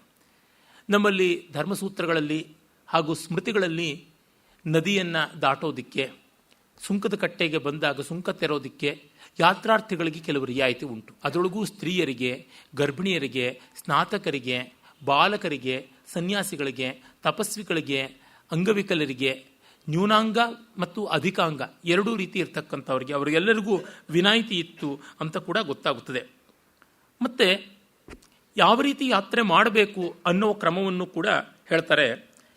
ಈಗ ತೀರ್ಥಯಾತ್ರೆಯನ್ನು ಕುರಿತಾದದ್ದ ಅನೇಕ ಗ್ರಂಥಗಳು ಕೂಡ ಇವೆ ಅಂತ ಗೊತ್ತಾಗುತ್ತದೆ. ತೀರ್ಥತರಂಗಿಣಿ, ಸರ್ವವಿದ್ಯಾ ನಿಧಾನ, ಈ ಥರದ್ದು. ಹೇಮಾದ್ರಿ ಬರೆದಂಥ ಚತುರ್ವರ್ಗ ಚಿಂತಾಮಣಿ ಅನ್ನೋ ಮಹಾಗ್ರಂಥ ಧರ್ಮಶಾಸ್ತ್ರೀಯವಾದದ್ದು. ಅಲ್ಲಿ ತೀರ್ಥಯಾತ್ರಾ ಪ್ರಕರಣ ಲುಪ್ತವಾಗಿದೆ. ಅವುಗಳಲ್ಲೆಲ್ಲ ನಮಗೆ ಸ್ಪಷ್ಟವಾಗಿ ತಿಳಿದು ಬರತಕ್ಕಂಥದ್ದು, ತೀರ್ಥಯಾತ್ರೆ ಸುಮ್ಮನೆ ಒಂದು ಮೋಜಿಗಾಗಿ ಮಾಡುವುದಲ್ಲ, ಅದು ಒಂದು ವಿಧಿ, ಅದು ಒಂದು ಕ್ರಮ ಅಂತ. ಅವನು ಒಂದು ಯಜ್ಞ ಮಾಡದಂತೆಯೇ ಮಾಡಬೇಕು ಅಂತ. ತನ್ನ ಬಂಧುಗಳಿಗೆಲ್ಲ ಮೊದಲು ಹೇಳಬೇಕು, ಅವರ ಅನುಜ್ಞೆಯನ್ನು ಪಡೆಯಬೇಕು. ಬ್ರಹ್ಮಚಾರಿಯಾಗಿದ್ದರೆ ತಂದೆ ತಾಯಿಗಳ ಒಪ್ಪಿಗೆಯನ್ನು ಪಡೆಯಬೇಕು. ವಿವಾಹಿತನಾಗಿದ್ದರೆ ಸಪತ್ನಿಕನಾಗಿ ಹೋಗಬೇಕು. ಅಥವಾ ಆಗ್ತಿಲ್ಲ, ಪತ್ನಿಗೆ ಆಗ್ತಾ ಇಲ್ಲ ಅಂತಂದರೆ ಅವಳ ಒಪ್ಪಿಗೆಯನ್ನು, ಮನಸಾರ ಒಪ್ಪಿಗೆಯನ್ನು ಪಡೆಯಬೇಕು. ವೃದ್ಧರಾದ ಜನನೀ ಜನಕರಿದ್ದರೆ ಅವರು ಒಪ್ಪಿಗೆಯನ್ನು ಪಡೆಯಬೇಕು. ಮತ್ತು ಊರ ಹಿರಿಯರ, ಶ್ರೋತ್ರಿಯರ, ವಿದ್ವಾಂಸರ ಅಭಿಪ್ರಾಯಗಳನ್ನು ಕೇಳಿಕೊಳ್ಬೇಕು. ಯಾವುದಾದ್ರೂ ಸಾಲ ಸೋಲ ಮಾಡಿದರೆ ಅದನ್ನು ತೀರಿಸಬೇಕು. ಅಥವಾ ಅವನು ನೀನು ತೀರಿಸ್ತಿದ್ರೂ ಪರವಾಗಿಲ್ಲ, ಬಂದು ತೀರಿಸು ಅಂತನ್ನೋದು ಭರವಸೆ ಕೊಡಬೇಕು. ಇದೆಲ್ಲ ಉಂಟು. ಅಂದರೆ ಮುಂಚೆಯೆಲ್ಲ ತೀರ್ಥಯಾತ್ರೆ ಹೋದವನು ಬರ್ತಾನೇನೋ ನಚ್ಚಿಕೆ ಇಲ್ಲವಲ್ಲ. ಜವಾಬ್ದಾರಿಗಳನ್ನೆಲ್ಲವನ್ನು ತೀರಿಸುವಂತೆ ಮಾಡಬೇಕು. ಹೆಂಡತಿ ಮಕ್ಕಳಿಗೆ ರಕ್ಷಣೆಗೆ ಮಾಡಬೇಕು. ಅಷ್ಟು ಮಾತ್ರವಲ್ಲ, ಮನೆಯಲ್ಲಿರ್ತಕ್ಕಂಥ ಗಿಡ, ಮರ, ಹಸು, ಕರು ಇತ್ಯಾದಿಗಳಿಗೆ, ಮನೆ ಕೆಲಸದವರಿಗೆ, ಅವರಿಗೆಲ್ಲರಿಗೂ ವ್ಯವಸ್ಥೆ ಮಾಡಿಟ್ಟು ಹೋಗಬೇಕು ಅಂತಿದೆ. ಸನ್ಯಾಸ ಧರ್ಮದಲ್ಲೂ ಕೂಡ ಇಂಥದ್ದೆಲ್ಲ ಉಂಟು. ಇವನ್ನೆಲ್ಲ ವ್ಯವಸ್ಥೆ ಮಾಡಿಟ್ಟು ಹೋಗಬೇಕು ಅಂತ. ಆಮೇಲೆ ಅವನು ತತ್ಪೂರ್ವದಲ್ಲಿ ಕೃಚ್ಛ್ರ, ಸಂತಪನ ಇತ್ಯಾದಿ ಪ್ರಾಯಶ್ಚಿತ್ತಗಳನ್ನು ಮಾಡಿಕೊಳ್ಳಬೇಕು ಅಂತ ಇದೆ. 3 ದಿವಸ ಉಪವಾಸ ಇರಬೇಕು. ಕೃಚ್ಛ್ರ ಅಂತಂದರೆ ಆಗೋಲ್ಲ ಅಂದರೆ 1 ದಿವಸವಾದರೂ ಇರಬೇಕು. ಅಥವಾ ಪಯೋವ್ರತ ಮಾಡಬೇಕು. ಹಾಲು, ಕ್ಷಾರ, ಲವಣ ವರ್ಜಿತವಾದ ಭೋಜನ ಅಂತೆಲ್ಲ ಮಾಡಿ, ಆಮೇಲೆ ಕುಲದೇವತೆಯನ್ನು ಗಣಪತಿ ಪೂಜಾ ಪುರಸ್ಸರವಾಗಿ ಮಾಡಿ, ಪಿತೃದೇವತೆಗಳನ್ನು ಆರಾಧಿಸಿ, ಇಷ್ಟದೇವತಾ ಅರ್ಚನೆ ಮಾಡಿ, ಮತ್ತೆ ಒಂದು ಲಘುವಾಗಿ ಒಂದು ಸುವಾಸಿನಿ ಬ್ರಾಹ್ಮಣ ಪೂಜೆಯನ್ನು ಮಾಡಿ ಮತ್ತೆ ಅವನು ಹೊರಡಬೇಕಾದಾಗ ಕರ್ಪಟಿ ವೇಷ ಅಂತ, ಅಂದರೆ ಸನ್ಯಾಸಿಯಂತ, ಪರಿವ್ರಾಜಕರಂತ ವೇಷ ತೋಡಬೇಕು ಅಂತ ಇದೆ. ಅಲಂಕಾರ ಟೈಂಕಾರ ಎಲ್ಲ ಮಾಡಿಕೊಂಡು ಹೋಗುವಂತೆ ಇಲ್ಲ ಅಂತ. ಆಮೇಲೆ ಅವನು ಹೊರಟ ಮೇಲೆ ಆಯಾ ಕ್ಷೇತ್ರಗಳಿಗೆ ಹೋಗಿ ಕ್ಷೇತ್ರವಿಹಿತವಾದಂಥ ಕರ್ಮಗಳನ್ನು ಮಾಡಬೇಕು. ಮತ್ತು ಅವನು ಸಂಕಲ್ಪ ಮಾಡಬೇಕಾದ್ರೆ ತನ್ನ ಫಾರ್ದೆಸ್ಟ್ ಪ್ಲೇಸ್ ಆಫ್ ಡೆಸ್ಟಿನೇಷನ್ ಯಾವುದಿದೆ, ಕಟ್ಟ ಕಡೆಗೆ ಮುಟ್ಟತಕ್ಕಂಥ ಸ್ಥಳ ಅಂತ ಯಾವುದೇ ತೀರ್ಥಯಾತ್ರೆಯಲ್ಲಿ ಕೊನೆಯದು, ಅದರ ಹೆಸರಿನಲ್ಲಿ ಸಂಕಲ್ಪ ಮಾಡಬೇಕು ಅಂತ. ಈಗ ನಾವು ಉತ್ತರ ಭಾರತ ಯಾತ್ರೆ ಹೋಗ್ತೀವಿ ಅಂದರೆ ತುದಿಯದಾದದ್ದು ಬದರಿನೋ ಕೇದಾರವೋ ಯಾವುದೋ ಇದ್ದರೆ ಅದರದ್ದು ಹೆಸರು ಹೇಳಿದ್ರೆ ಸಾಕು, ಪ್ರತಿಯೊಂದರದ್ದು ಹೇಳಬೇಕಾಗಿಲ್ಲ ಅಂತ. ಯಾಕೆಂದರೆ ಮಧ್ಯದ ಆಗಬಹುದು, ಆಗದೇ ಇರಬಹುದು. ಆ ಸಂಕಲ್ಪವನ್ನು ಮಾಡಿಕೊಂಡು ಬರಬೇಕು ಅಂತ. ಹೀಗೆ ಈ ರೀತಿಯಲ್ಲಿ ಬರ್ತದೆ. ಮತ್ತು ಆ ಕ್ಷೇತ್ರದಲ್ಲಿ ಮುಂಡನ, ತಲೆ ಕೂದಲು ತೆಗೆದು ಪರಮಾತ್ಮನಿಗೆ ಸಲ್ಲಿಸ್ತಕ್ಕಂಥದ್ದು ಅಂತ. ಕೆಲವೊಮ್ಮೆ ಸ್ತ್ರೀಯರಿಗೆ ವೇಣಿದಾನ, ಈ ಥರದ್ದೆಲ್ಲವನ್ನು ಹೇಳಿದ್ದಾರೆ. ಕೂಡಿದ ಮಟ್ಟಿಗೂ ಕಾಲ್ನಡಿಗೆಯಲ್ಲಿ ಮಾಡಬೇಕು. ಅಂದಣ ಏರಬಾರ್ದು, ಆನೆ ಕುದುರೆ ಅಂತನ್ನುವ ಆಟಾಟೊಪ್ಪ ಇರಬಾರ್ದು, ನಮ್ರವಾಗಿರಬೇಕು ಅಂತ. ಒಂದು ಪ್ರಕರಣ ಬರ್ತದೆ. ಹಿಂಗುಲಾ ಅಂತ ಒಂದು ದೇವಿ ಉಂಟು. ಅದು 51 ಶಕ್ತಿಪೀಠಗಳಲ್ಲಿ ಒಂದು ಹಿಂಗಲಾಜ್ ಅಂತ ಇವತ್ತಿನ ಪಾಕಿಸ್ತಾನದಲ್ಲಿದೆ, ಸಿಂಧ್ ಪ್ರಾಂತದಲ್ಲಿದೆ. ಹಿಂಗುಳಾಂಬಾ, ಹಿಂಗುಳಾದೇವಿ ಅಂತ ಕರೀತಾರೆ. ಆಕೆಯನ್ನು ದರ್ಶನ ಮಾಡಬೇಕು ಅಂತ ರಾಮನಿಗೆ ಅನಿಸ್ತಂತೆ, ಶ್ರೀರಾಮನಿಗೆ. ರಾಮಾಯಣದಲ್ಲಿ ಇಲ್ಲ, ಅರೆ ಪುರಾಣಗಳಲ್ಲಿ ಬರ್ತಕ್ಕಂಥದ್ದು. ಅವನು ಸಕಲ ರಾಜವೈಭವದಿಂದ ಹೋದಾಗ ಆ ಗಡಿಗೆ ಬರ್ತಾ ಇದ್ದಂತೆ ಹಿಂಗುಳಾದೇವಿ ತಡೆದು ಬಿಟ್ಲಂತೆ. ಅವನಿಗೆ ಮುಂದೆ ಒಂದು ಹೆಜ್ಜೆನೂ ಇಡೋಕ್ಕಾಗಲಿಲ್ಲ ರಾಮನಿಗೆ. ಮತ್ತೆ ಯಾಕೆ ಅಂತ ಕೇಳಿದಾಗ ಹಿಂಗುಳನೇ ಬಂದು, ನೀನು ನನ್ನನ್ನು ಭಕ್ತನನ್ನಾಗಿ ನೋಡ್ತಾ ಇದೀಯಾ, ರಾಜನನ್ನಾಗಿ ನೋಡ್ತಾ ಇದೀಯಾ ಅಂತ. ಆಗ ರಾಮನಿಗೆ ಜ್ಞಾನೋದಯವಾಗಿ ಬರಿಗಾಲಲ್ಲಿ ಬಂದು ದೇವಿ ದರ್ಶನ ಮಾಡದ ಅಂತ. ಕಾಳಿದಾಸ ಶಾಕುಂತಲದಲ್ಲಿ ವಿನೀತ ವೇಷೇಣ ಪ್ರವೇಷ್ಟವ್ಯಾನಿ ನಾಮ ತಪೋವನಾನಿ ಅಂತಾನೆ. ವಿನೀತ ವೇಷರಾಗಿ ಹೋಗಬೇಕು ಅಂತ. ಇದೇನು ಮಹಾ, ನಮಗೆ ಭಕ್ತಿ ಇದ್ದರೆ ಸಾಕು. ಭಕ್ತಿ ಇದೆಯೋ ಇಲ್ವೋ ಗೊತ್ತಾಗೋದಕ್ಕೆ ಇದು ಸ್ವಲ್ಪವಾದರೂ ಬೇಡವೇ? ಬಾಹ್ಯ ಲಾಂಛನವನ್ನೇ ನಿಮಗೆ ತ್ಯಾಗ ಮಾಡೋಕ್ಕಾಗದೇ ಇದ್ದವ್ರಿಗೆ ಭಕ್ತಿ ಇಲ್ಲಿಂದ ಹುಟ್ಟುಕೊಂಡು ಉಕ್ಕೇರಿ ಬಂದು ಬಿಡುತ್ತದೆ. ಆ ಸಾಹಜಿಕ ಬುದ್ಧಿ ಅನ್ನೋದು ಬೇಕಲ್ವಾ?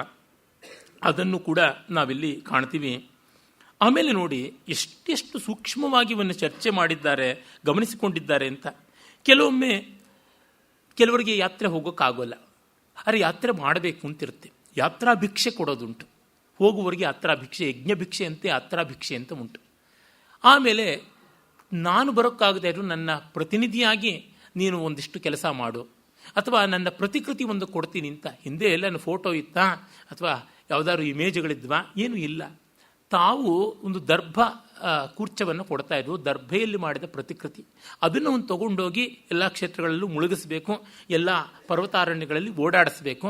ಹಾಗೆ ಮಾಡಿದ್ರೆ, ಪ್ರತಿಕೃತಿಯ ಮಾಡಿದರೆ ಅವರಿಗೆ ಅಷ್ಟಮಾಂಶ ಪುಣ್ಯ, 1/8, 8ನೇ ಒಂದು ಭಾಗ ಪುಣ್ಯ ಬರ್ತದೆ ಅಂತ. ಹಾಗಲ್ಲದೆ ನಾನು ಯಾತ್ರೆ ಮಾಡ್ತಾ ಇರೋದು ನನಗಲ್ಲ, ಇನ್ನೊಬ್ಬರಿಗೆ ಅಂತ ಸಂಕಲ್ಪ ಮಾಡಿಕೊಂಡು ಅವರ ಪರವಾಗಿ ಇವನು ಯಾತ್ರೆಯನ್ನು ಮಾಡ್ತಾನಲ್ಲ, ಹಾಗೆ ಮಾಡಿದಾಗ ಅರ್ಧ ಭಾಗದಷ್ಟು ಪುಣ್ಯ ಅವರಿಗೆ ಹೋಗುತ್ತದೆ ಅಂತ. ನಾವು ಎಷ್ಟು ಹೈರ್ ಮಾಡಿದ್ರೂ ಪೂರ್ಣ ಫಲ ನಮಗೆ ಸಿಗೋದಿಲ್ಲ ಅಂತ. ಅದು ಅಲ್ಲಿ ಅರೆ, ಯಾಕೆಂದರೆ ಆ ಪರಿಶ್ರಮ ಪಡಬೇಕು ಅಂತ. ಮತ್ತು ಒಬ್ಬನ್ನ ಬಾಡಿಗೆ ಬಂಟನ್ನು ಏರ್ಪಾಟ್ ಮಾಡ್ಕೊಂಡು ಮಾಡಿದ್ರೆ ಷೋಡಶಿ 1/16, 16ನೇ ಒಂದು ಭಾಗದಷ್ಟು ಮಾತ್ರ ಪುಣ್ಯ ಸಿಗುತ್ತದೆ ಅಂತ. ಆಮೇಲೆ ಅನ್ಯ ನಿಮಿತ್ತವಾಗಿ ತೀರ್ಥಯಾತ್ರೆಗಳು ಮಾಡಿದ್ರೆ, ಯಾವುದೋ ಆಫೀಸ್ ಕೆಲಸ, ಇನ್ಯಾವುದೋ ವಿದ್ಯಾಭ್ಯಾಸದ ಕೆಲಸ, ಆಗ ಹೋಗಿರ್ತೀವಿ, ಆಗ ಅರ್ಧ ಭಾಗದಷ್ಟು ಪುಣ್ಯ ಬರ್ತದೆ ಅಂತ. ತದೇಕಂ ಉದ್ದೇಶ್ಯ, ಅದನ್ನೇ ಉದ್ದೇಶಿಸಿ ಮಾಡಬೇಕು ಅಂತ. ಮತ್ತು ಇನ್ನೊಬ್ಬನಿಗೆ ತೀರ್ಥಯಾತ್ರೆಗೆ ಸಹಾಯ ಮಾಡಿದರೆ ಆಗ ಕಾಲಭಾಗದಷ್ಟು ಪುಣ್ಯ ಬರ್ತದೆ ಅಂತ. ರಾಳ್ಳಪಲ್ಲಿಯವರ ಪೂರ್ವಜರ ಬಗ್ಗೆ ಒಂದು ಕಥೆಯನ್ನು ನಮ್ಮ ರಾಮಸ್ವಾಮಿಯವರು ಬರೀತಾರೆ. ರಾಳ್ಳಪಲ್ಲಿಯವರ ಹಿಂದಿನವರು ಯಾವಾಗಲೂ ಕಾಶಿ, ಕೇದಾರ, ಬದರಿ ಕಡೆಗೆ ಹೋಗಿದ್ದಂತೆ. ಹೋದಾಗ ಅವರಿಗೆ ಹಣದ ಕೊರತೆ ಬಂದು ಅಲ್ಲಿ ಯಾವುದೋ ಒಬ್ಬ ಮಾರವಾಡಿ ಇದ್ದಂಥವನನ್ನು ಕೇಳಿದ್ರಂತೆ, ನನಗೆ ಸ್ವಲ್ಪ ಹಣ ಕೊಟ್ಟರು, ಊರಿಂದ ಕಳಿಸ್ಕೊಡ್ತೀನಿ, ನನಗೆ ಒತ್ತೆ ಇಡೋದಕ್ಕೆ ಏನೂ ಇಲ್ಲ, ಇದುವರೆಗೂ ಮಾಡಿರುವ ಯಾತ್ರೆ ಪುಣ್ಯವನ್ನೇ ಒತ್ತೆ ಇಡ್ತೀನಿ ಅಂತ. ಆಗಲಿ ಅಂತ ಹೇಳಿದ್ರಂತೆ. ಹಣವನ್ನು ಕೊಟ್ಟ, ಯಾತ್ರೆ ಮುಗಿಸ್ಕೊಂಡು ಊರಿಗೆ ಬಂದು ಹಣ ಕಳಿಸ್ಕೊಟ್ಟಾಗ ಆ ವ್ಯಕ್ತಿ, ಆ ಮಾರವಾಡಿ, ಬೇಡ ಹಣ, ನಿಮ್ಮ ಪುಣ್ಯವೇ ಸಾಕು, ಒತ್ತೆ ಇಟ್ಟಿದ್ದಾರಲ್ಲ ಅಂದರೆ, ಖಂಡಿತ ಇಲ್ಲ, ಈ ಹಣ ತಗೊಳ್ಳೇಬೇಕು, ನನ್ನ ಪುಣ್ಯ ನನಗಿರಲಿ ಅಂತ. ಏನು ಶ್ರದ್ಧೆ, ಎಂಥ ವಿಶ್ವಾಸ. ಅಯ್ಯೋ ಹೋದರೆ ಹೋಯ್ತು ಬಿಡು, ಪುಣ್ಯ ಏನು ಹೋಗೋದಕ್ಕೆ, ಅದೇನು ವಸ್ತುವೇ, ನನ್ನ ಜೊತೆಗೇನೆ ಇರುತ್ತೆ, ನಾನು ಮಾಡಿದ್ದು ಯಾತ್ರೆ ನನ್ನ ಅನುಭವ. ಪುಣ್ಯ ಕಟ್ಟ ಕಡೆಗೆ ಭಾವನೆ ಅಲ್ವಾ, ಪಾಪವಾಗಲಿ ಪುಣ್ಯವಾಗಲಿ ಚಿತ್ತಕ್ಕೆ ಅಂಟಿಕೊಂಡಂಥದ್ದು. ಕೊಟ್ಟೆ ಅಂತ ಅಂದುಕೊಂಡ ಮೇಲಿಂದ ಅದು ಹೇಗೆ ಇರೋದಕ್ಕೆ ಸಾಧ್ಯ? ಈ ಅರ್ಥದಲ್ಲಿ ಕಂಡಾಗ ಇಷ್ಟೆಲ್ಲದಕ್ಕೂ ನಾವು ಬೆಲೆ ಕೊಟ್ಟರೆ ಉಂಟು, ಇಲ್ಲದೇ ಇದ್ದರೆ ಇಲ್ಲ. ನಮ್ಮ ಯೋಗ್ಯತೆಯಿಂದ, ನಮ್ಮ ರೀತಿಯಂತೆ ನಮ್ಮ ಸರ್ಕಾರ ಮತ್ತೊಂದು ಮಗದೊಂದು ಎಲ್ಲ. ಒಮ್ಮೆ ಜಯೇಶ್ ಪಟೇಲ್ ಒಂದು ಇದರೊಳಗೆ TV ಸಂದರ್ಶನದಲ್ಲಿ ಹೇಳಿದ ಮಾತು ಅಂತ ಗಮನಕ್ಕೆ ಬರ್ತದೆ. ಆಗ ಇನ್ಯಾರೋ ಒಬ್ಬರು ತೇಜಸ್ವಿನಿ ರಮೇಶ್ ಅಂತಲೋ ಯಾರೋ ಒಬ್ಬರು ಸಂದರ್ಶನ ಮಾಡ್ತಾ ಇದ್ರು, ಹೊರಟೊಟ್ಟಾಗಿ ಪ್ರಶ್ನೆ ಕೇಳ್ತಾ ಇದ್ರು, ಹಾಗೆ ನೀವು ಹೀಗೆ ನೀವು ಅಂತ. ಕಡೆಗೆ ಆಯಮ್ಮನೂ ರಾಜಕೀಯಕ್ಕೆ ಬಂದು ಹೇಗಾದರು ಅಂತ ಗೊತ್ತೇ ಇದೆ. ಆಗ ಆತ ಏನು ಮಹಾಸುಭಗ ಅಂತಲ್ಲ ಜಯೇಶ್ ಪಟೇಲ್, ಮಾತು ಚೆನ್ನಾಗಿದೆ. ಅಪಿಗ್ರಾಹ್ಯಂ ಸುಭಾಷಿತಂ ಬಾಲಾದಪಿ ಶುಕಾದಪಿ ಅಂತ. ನೋಡಮ್ಮ, ಹೆಂಡದ ಹೊಳೆ ಹರಿತಾ ಇದೆ, ಅಲ್ಲಿಂದ ಒಂದು ಲೋಟ ನೀರು ಎತ್ತಬೇಕು ಅಂದರೆ ಹೇಗೆ ಎತ್ತೋಕ್ಕಾಗುತ್ತದೆ? ಹರಿತಾ ಇರೋದು ಇಂಥದ್ದೇ, ಜನರಿಂದ ಆಯ್ಕೆ ಆಗ್ತಾರೆ ಪ್ರತಿನಿಧಿಗಳು ಅಂದರೆ ಇನ್ಯಾರು ಬರೋಕ್ಕೆ ಸಾಧ್ಯ ಅಂತ ಅಂದಿದ್ದು. ಮಾರ್ಮಿಕವಾದದ್ದು. ನಾವು ಬೆಲೆ ಕೊಟ್ಟರೆ ಉಂಟು, ಇಲ್ಲದೇ ಇದ್ದರೆ ಇಲ್ಲ. ನಾವು ನಡೆಸಿದ್ರೆ ಉಂಟು ವ್ಯವಸ್ಥೆ, ಇಲ್ಲದೇ ಇದ್ದರೆ ಇಲ್ಲ. ಈ ರೀತಿಯಾದ ಶಿಸ್ತುಗಳಿಂದ, ಶ್ರದ್ಧೆಯಿಂದ ಒಂದು ವ್ಯವಸ್ಥೆ ಬರತಕ್ಕಂಥದ್ದು ಉಂಟು. ಮತ್ತೆ ನಾವು ಗಮನಿಸಬೇಕು, ಪ್ರತಿಯೊಂದು ದೇಶಕ್ಕೂ, ಪ್ರತಿಯೊಂದು ಜನಾಂಗಕ್ಕೂ, ಪ್ರತಿಯೊಂದು ನಾಗರಿಕತೆಗೂ ಒಂದೊಂದು ಭಾಷೆ ಇದೆ. ನಮ್ಮ ದೇಶಕ್ಕೆ ಧರ್ಮವೇ ಭಾಷೆ. ಅದರ ಮಾತಿನಲ್ಲಿ ಹೇಳಿದ್ರೆ, ಆ ನುಡಿಯಲ್ಲಿ ಹೇಳಿದ್ರೆ ಜನಕ್ಕೆ ಅರ್ಥ ಆಗುತ್ತದೆ. ಅದು ನಮಗೆ ಗಮನಕ್ಕೆ ಬರಬೇಕಾದದ್ದು ಅಂತ. ಮತ್ತು ಆಮೇಲೆ ಯಾತ್ರೆಯಲ್ಲಿ ಅಲ್ಲಿ ಯಾವ ಬ್ರಾಹ್ಮಣರನ್ನು ಗೌರವಿಸಬೇಕು ಅದಕ್ಕೂ ಕೂಡ ಕಟ್ಟಲೆಗಳು ಬೇಕಾದಷ್ಟು ಹೇಳಿದ್ದಾರೆ. ಇನ್ನು ಕೆಲವರು ಇಲ್ಲ, ಅಲ್ಲಿ ಹೇಗಿದ್ದರೂ ಅವ್ರನ್ನ ಪರೀಕ್ಷೆ ಮಾಡಬಾರ್ದು, ಆ ಕ್ಷೇತ್ರೀಯರಾದಂಥ ಬ್ರಾಹ್ಮಣರನ್ನ, ಗುರು ಹಿರಿಯರನ್ನ ಪರೀಕ್ಷೆ ಮಾಡದೆ ಗೌರವಿಸಬೇಕು ಅಂತ. ಹೀಗೆ ಎರಡೂ ರೀತಿಯಲ್ಲಿ ಉಂಟು. ಕಾಣಿಯವರಂತೂ ಇದನ್ನು ಉದ್ಯೋಗವಾಗಿ ಇಟ್ಟುಕೊಂಡು ಹಾಳು ಮಾಡ್ತಾ ಇರೋವ್ರ ಬಗ್ಗೆ ಕಟುವಾದ ಮಾತುಗಳನ್ನು ಬೇಕಾದಷ್ಟು ಹೇಳ್ತಾರೆ, ನಾನು ತಿಳಿಸಿದ್ದೀನಿ ಕೂಡ. ನಮ್ಮಲ್ಲಿ ಗ್ರಂಥಗಳಲ್ಲಿ ಯಥೇಷ್ಟವಾಗಿ ಈ ತೀರ್ಥಯಾತ್ರೆಯ ವಿವರಗಳು ಸಾಕಷ್ಟು ಉಂಟು. ಕೆಲವೊಂದು ನೋಡಿದಾಗ ಅದರ ಗಾತ್ರ ಎಷ್ಟು ಅಂತ ಗೊತ್ತಾಗುತ್ತದೆ. ಮಾಹಿತಿ ಏನೇ ಇರಲಿ, ಮೊದಲು ಅದರ ಗಾತ್ರ ನೋಡಿ ಎಷ್ಟು ದೊಡ್ಡದು ಅಂತ. ನಮ್ಮ ಅತ್ಯಂತ ಪ್ರಾಚೀನವಾದ ವಿವರವಾದ ಯಾತ್ರೋಲ್ಲೇಖ ಮಹಾಭಾರತದಲ್ಲಿ ಕಂಡುಬರುವುದು. ರಾಮಾಯಣ ಮಹಾಭಾರತಗಳು ನಮಗೆಲ್ಲಕ್ಕೂ ತವನಿಧಿ. ಪಾಂಡವರು ಮತ್ತು ಅಲ್ಲಿ ರಾಮ ಲಕ್ಷ್ಮಣಾದಿಗಳು ಮಾಡಿದ ಓಡಾಟ ಏನಿದೆ ಅದೇ ಒಂದು ದೊಡ್ಡ ಯಾತ್ರೆ. ರಾಮ ಅಯೋಧ್ಯೆಯಿಂದ ಲಂಕೆಯವರೆಗೆ, ಸೇತುವಿನವರೆಗೆ ಓಡಾಡಿ ಬಂದದ್ದು, ಅಥವಾ ಪಾಂಡವರು ಬೇಕಾದಷ್ಟು ಸಂಚಾರ ಮಾಡಿದ್ದು, ಕೃಷ್ಣ ಮಾಡಿದ ಸಂಚಾರ, ಇವೆಲ್ಲವೂ ಕೂಡ ತೀರ್ಥಯಾತ್ರೆಯ ಭಾಗವೇ ಹೌದು. ಆದರೆ ರಾಮಾಯಣದಲ್ಲಿ ಪ್ರಯಾಗದಂಥ ತೀರ್ಥದ, ಗಂಗಾ ಯಮುನಾ ಸಂಗಮದಂಥ ಪವಿತ್ರ ಭೂಮಿಯ ಉಲ್ಲೇಖ ಇದೆಲ್ಲ ಇದ್ದರೂ, ಮತ್ತು ರಾಮೇಶ್ವರದಲ್ಲಿ ರಾಮಲಿಂಗ ಪ್ರತಿಷ್ಠಾಪನೆಯ ಉಲ್ಲೇಖ, ಅತ್ರ ಪೂರ್ವಂ ಮಹಾದೇವ ಪ್ರಸಾದ ಮಕರೋತ್ಪ್ರಭು ಇತ್ಯಾದಿ ಇದ್ದರೂ ಕೂಡ ಅಲ್ಲಿ ಇವುಗಳನ್ನು ವಿಸ್ತರಿಸಿಲ್ಲ. ಅದೇ ರೀತಿ ಪರಿಶಿಷ್ಟಭೂತವಾಗಿರುವ ಉತ್ತರಕಾಂಡದಲ್ಲೂ ಅಂಥ ವಿವರಗಳು ಹೆಚ್ಚಾಗಿ ಬರೋಲ್ಲ. ಆದರೆ ಮಹಾಭಾರತದಲ್ಲಿ ತುಂಬ ಬರುತ್ತದೆ. ಅದರೊಳಗೆ ವನಪರ್ವ ಮತ್ತು ಮುಂದೆ ಬರತಕ್ಕಂಥ ಶಲ್ಯ ಪರ್ವದಲ್ಲಿ ಇದನ್ನು ನಾವು ಕಾಣ್ತೀವಿ. ವನಪರ್ವದಲ್ಲಿ 82ನೇ ಅಧ್ಯಾಯದಿಂದ 156ನೇ ಅಧ್ಯಾಯ, ಹತ್ತತ್ರ ಒಂದು 75 ಅಧ್ಯಾಯಗಳಷ್ಟು ವಿಸ್ತೃತವಾಗಿ ಯಾತ್ರೆಯ ಉಲ್ಲೇಖ ಇದೆ. ಪಾಂಡವರು ಅರ್ಜುನನ ತಪಸ್ಸಿನ ಕಾಲದಲ್ಲಿ ಯಾತ್ರೆ ಮಾಡಿದ್ದು ಅಂತ. ಈ ಪುರಾಣ ಮತ್ತು ಇತಿಹಾಸಗಳಲ್ಲಿ ಲೆಕ್ಕ ಹಾಕಿ ಕಾಣಿಯವರು ಹೇಳ್ತಾರೆ ಸುಮಾರು 40,000 ಶ್ಲೋಕಗಳು ತೀರ್ಥಯಾತ್ರೆ ಸಂಬಂಧಿಯಾಗಿವೆ ಅಂತ. ರಾಮಾಯಣಕ್ಕಿಂತ ಹತ್ತತ್ರ 2 ಪಟ್ಟು ಇಷ್ಟು ಶ್ಲೋಕಗಳು ತೀರ್ಥಯಾತ್ರೆಗೆ ಸಂಬಂಧಪಟ್ಟದ್ದಾಗಿದೆ ಅಂತ. ಶಲ್ಯಪರ್ವದಲ್ಲಿ 35ನೇ ಅಧ್ಯಾಯದಿಂದ 54ನೇ ಅಧ್ಯಾಯದವರೆಗೆ ಇದೆ ಕ್ರಿಟಿಕಲ್ ಎಡಿಷನ್ ಪ್ರಕಾರ.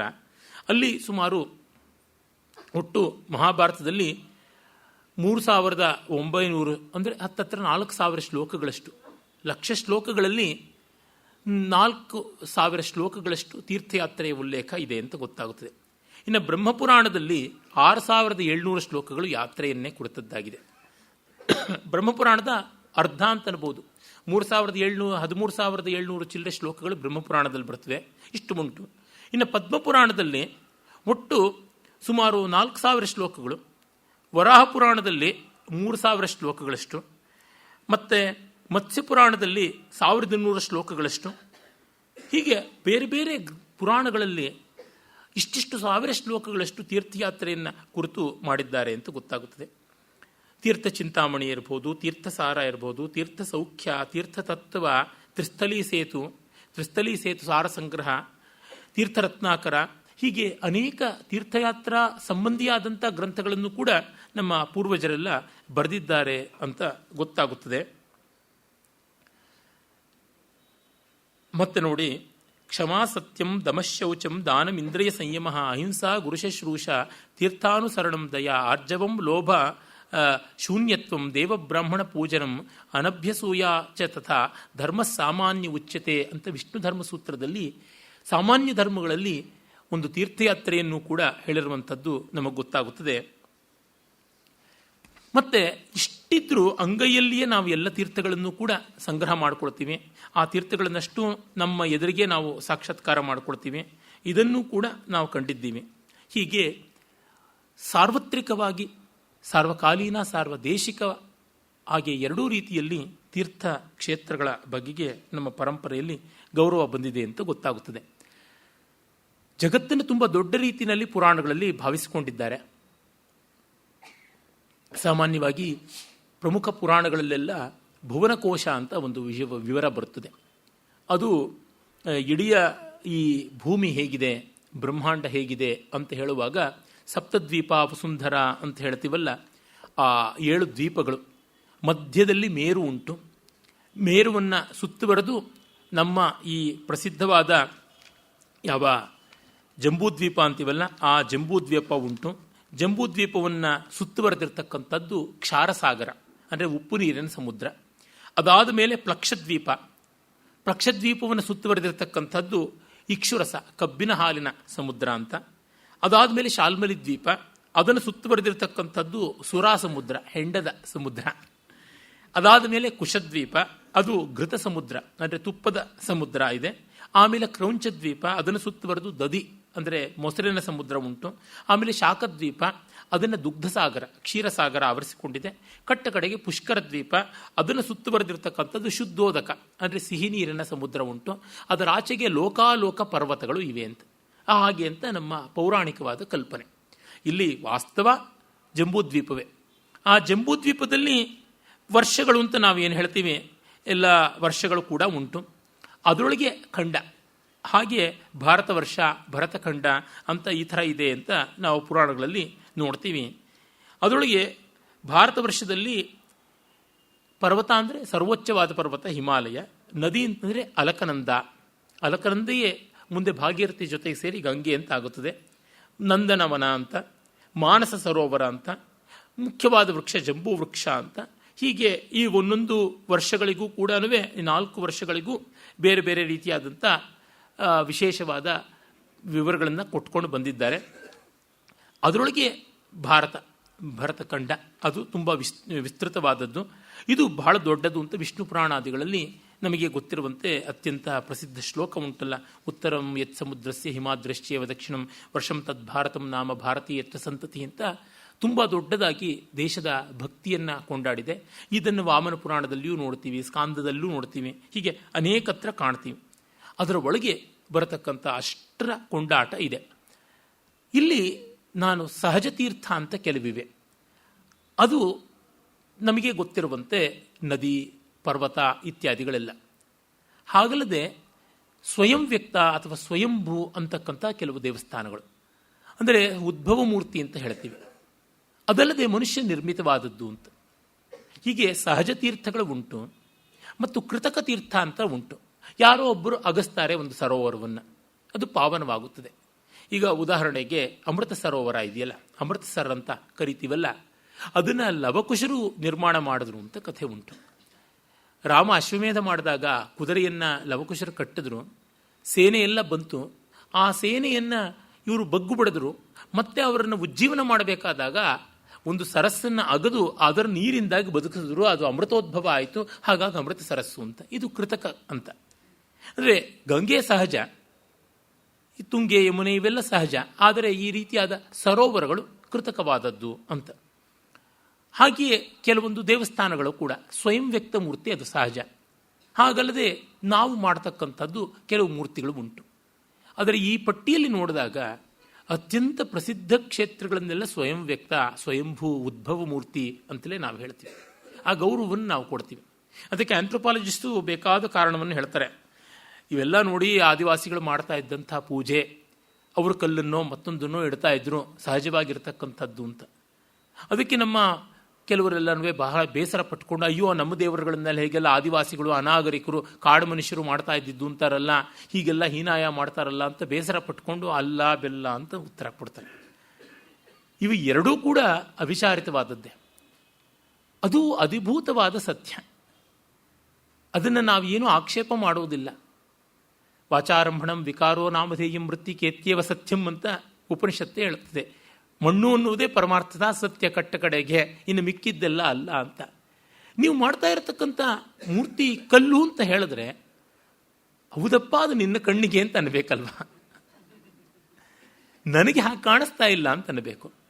ನೀನು ನೋಡುವ ಸ್ತರ ಬೇರೆ, ನಾನು ನೋಡುವ ಸ್ತರ ಬೇರೆ. ಅಲ್ಲಿ ಬೇರೆ ಬೇರೆ ಉಂಟು. ಎಳೆ ಮಕ್ಕಳು ಪಾಪ ಹುಟ್ಟಿದ ಹಬ್ಬಕ್ಕೆ ಶಾಲೆ ಮಕ್ಕಳಿಗೆಲ್ಲರಿಗೂ ಕೂಡ ಒಂದೊಂದು ತುಂಡು ಚಾಕ್ಲೇಟನ್ನು ಹಂಚುತ್ತೆ. ಏನು ಮಹಾ ಹಂಚಿದ್ದು, ಒಂದು ಬೆರಳು ಗಾತ್ರದ್ದು ಚೋಟದ್ದು ಚಾಕ್ಲೇಟು ಅಂತಂದರೆ ಹಾಗಲ್ಲ ಅಲ್ಲಿ ಹೇಳ್ತಕ್ಕಂಥದ್ದು. ಅದರ ಪ್ರೀತಿಯನ್ನೇ ಅಲ್ಲಿ ಹೇಳ್ತಾ ಇದೆ ಅಂತ. ಈ ರೀತಿಯಾಗಿ ಕಂಡಾಗ ಇವುಗಳ ಸ್ತರ ಬೇರೆ. ಅದು ಅಧಿಭೂತ ಸ್ತರದಲ್ಲಿ ಇವರು ಆಂಥ್ರೋಪಾಲಜಿಯಿಂದ ಹೇಳ್ತಾರೆ. ನಾವು ಅಧ್ಯಾತ್ಮದ ಸ್ತರದಲ್ಲಿ ಭಾವದಿಂದ ನೋಡಬೇಕು. ಆಗ ನಮ್ಮ ದೈವ ಗಟ್ಟಿಯಾಗುತ್ತದೆ. ಅಧಿಯಜ್ಞಕ್ಕೆ ಬೇಕಾದ ತಳಹದಿ ಸಿಗುತ್ತದೆ. ನಾವು ಅಧ್ಯಾತ್ಮದ ಮಟ್ಟಕ್ಕೆ ಏರದೆ ಅಧಿದೈವವನ್ನು ಉಳಿಸ್ಕೊಳ್ತೀವಿ ಅನ್ನೋದು ಅವಿವೇಕ. ಅದು ಖಂಡಿತ ಸಾಧ್ಯ ಇಲ್ಲದೆ ಇರತಕ್ಕಂಥದ್ದು. ನೀರನ್ನು ಹಾಕಿಯೂ ಬೆಂಕಿಯನ್ನು ನಾನು ಆರದೆ ಕಾಪಾಡ್ಕೊಳ್ತೀನಿ ಅನ್ನೋ ಥರ ಅದು ಆಗುವಂಥದ್ದಲ್ಲ. ನೀರಿನೊಳಗೆ ಬೆಂಕಿ ಇದೆ ಅನ್ನೋದನ್ನು ಕಂಡುಕೊಂಡಾಗ ಮಾತ್ರ ಸಾಧ್ಯ. ಅಪಾಂ ನಪಾತ್ ಅಂತ ಕಂಡುಕೊಳ್ಬೇಕು. ಆ ರೀತಿಯಲ್ಲಿ ನಮ್ಮಲ್ಲಿ ಎಷ್ಟೋ ಉಂಟು ಜಾನಪದೀಯವಾದ ಆರಾಧನೆಗಳು ಅಂತೆಲ್ಲ ಹೇಳ್ತಾರೆ. ಉದ್ಭವ ಮೂರ್ತಿಯಾಗಿ ಬೆಟ್ಟವನ್ನು ಪೂಜೆ ಮಾಡ್ತಾರೆ. ಬೆಟ್ಟವೇ ಭಗವಂತ ಅಂತ ಕರೀತಾರೆ. ಮತ್ತು ಬೆಟ್ಟದ ಪ್ರತೀಕವಾಗಿ ಒಂದು ಕಲ್ಲನ್ನು ತಂದಿಡ್ತಾರೆ ಅಂತ.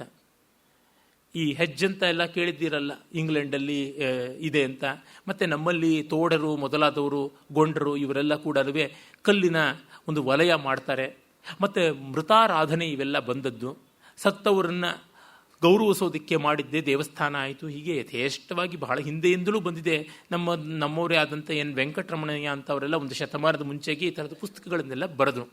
ಆರ್ಜನ್ ಆಫ್ ಸೌತ್ ಇಂಡಿಯನ್ ಟೆಂಪಲ್ ಈ ಥರದ್ದೆಲ್ಲ. ಆದರೆ ಇಲ್ಲೆಲ್ಲ ನೋಡಿದಾಗ ಅವರು ಕಂಡಿರತಕ್ಕಂಥದ್ದು ಸ್ಥೂಲವನ್ನೇ ಹೊರತು ಸೂಕ್ಷ್ಮವನ್ನು ಅಲ್ಲ. ಸೂಕ್ಷ್ಮ ನೋಡಿದಾಗ ನಮ್ಮ ಭಾವ ಅಂತನ್ನೋದೇ ಅಲ್ಲಿ ಗೊತ್ತಾಗುತ್ತದೆ. ಅದರಿಂದ ದೇವಾಲಯಗಳ ಜಾನಪದ ಹಿನ್ನೆಲೆ ಅಂತಂದರೆ ನಾವೇನು ಮುಜುಗರ ಮಾಡಿಕೊಳ್ಬೇಕಾಗಿಲ್ಲ. ನಮ್ಮ ದೇವರುಗಳನ್ನೆಲ್ಲ ಒಂದು ಕಾಲದ ಮನುಷ್ಯರೋ ಮತ್ತೊಂದು ಕಾಲದ ಪಿತೃಗಳೋ ಯಾರೋ ಆಗಿದ್ರೋ ಅವರ ಆರಾಧನೆ ಅಂತ ಹೇಳಿದ್ರೆ ಅದೇನೂ ತೊಂದರೆ ಇಲ್ಲ. ನಾವು ಶ್ರಾದ್ದವನ್ನೇ ಮಾಡ್ತೀವಿ. ಶ್ರಾದ್ದ ಮಾಡುವಾಗ ಗತಿಸಿದ ಪಿತೃಗಳನ್ನು ಆರಾಧನೆ ಮಾಡೋದಕ್ಕೆ ಸಜೀವವಾದ ವ್ಯಕ್ತಿಗಳನ್ನೇ ತತ್ಸ್ಥಾನದಲ್ಲಿ ಕೂಡಿಸಿ ಮಾಡ್ತೀವಿ. ನಮಗೆ ಏನು ಕಷ್ಟ ಆಗಿದೆ ಇವೆಲ್ಲ ಒಂದು ಚೂರು ಕಷ್ಟವಿಲ್ಲ. ಇನ್ನು ಇಸ್ಲಾಂನಲ್ಲಿ, ಕ್ರೈಸ್ತ ಮತದಲ್ಲಿ ವ್ಯಕ್ತಿ ಪೂಜೆ ಮಾಡುವುದು ಕಷ್ಟ. ನಮಗೆ ಹಾಗಲ್ಲವೇ ಅಲ್ಲ. ಎಳೆ ಬೊಮ್ಮಟೇನು ಕೂಡಿಸ್ಬಿಟ್ಟಿದ್ರೂ ನಾವು ಕುಮಾರಿ ಪೂಜೆ ಅಂತ ಮಾಡಿಬಿಡ್ತೀವಿ.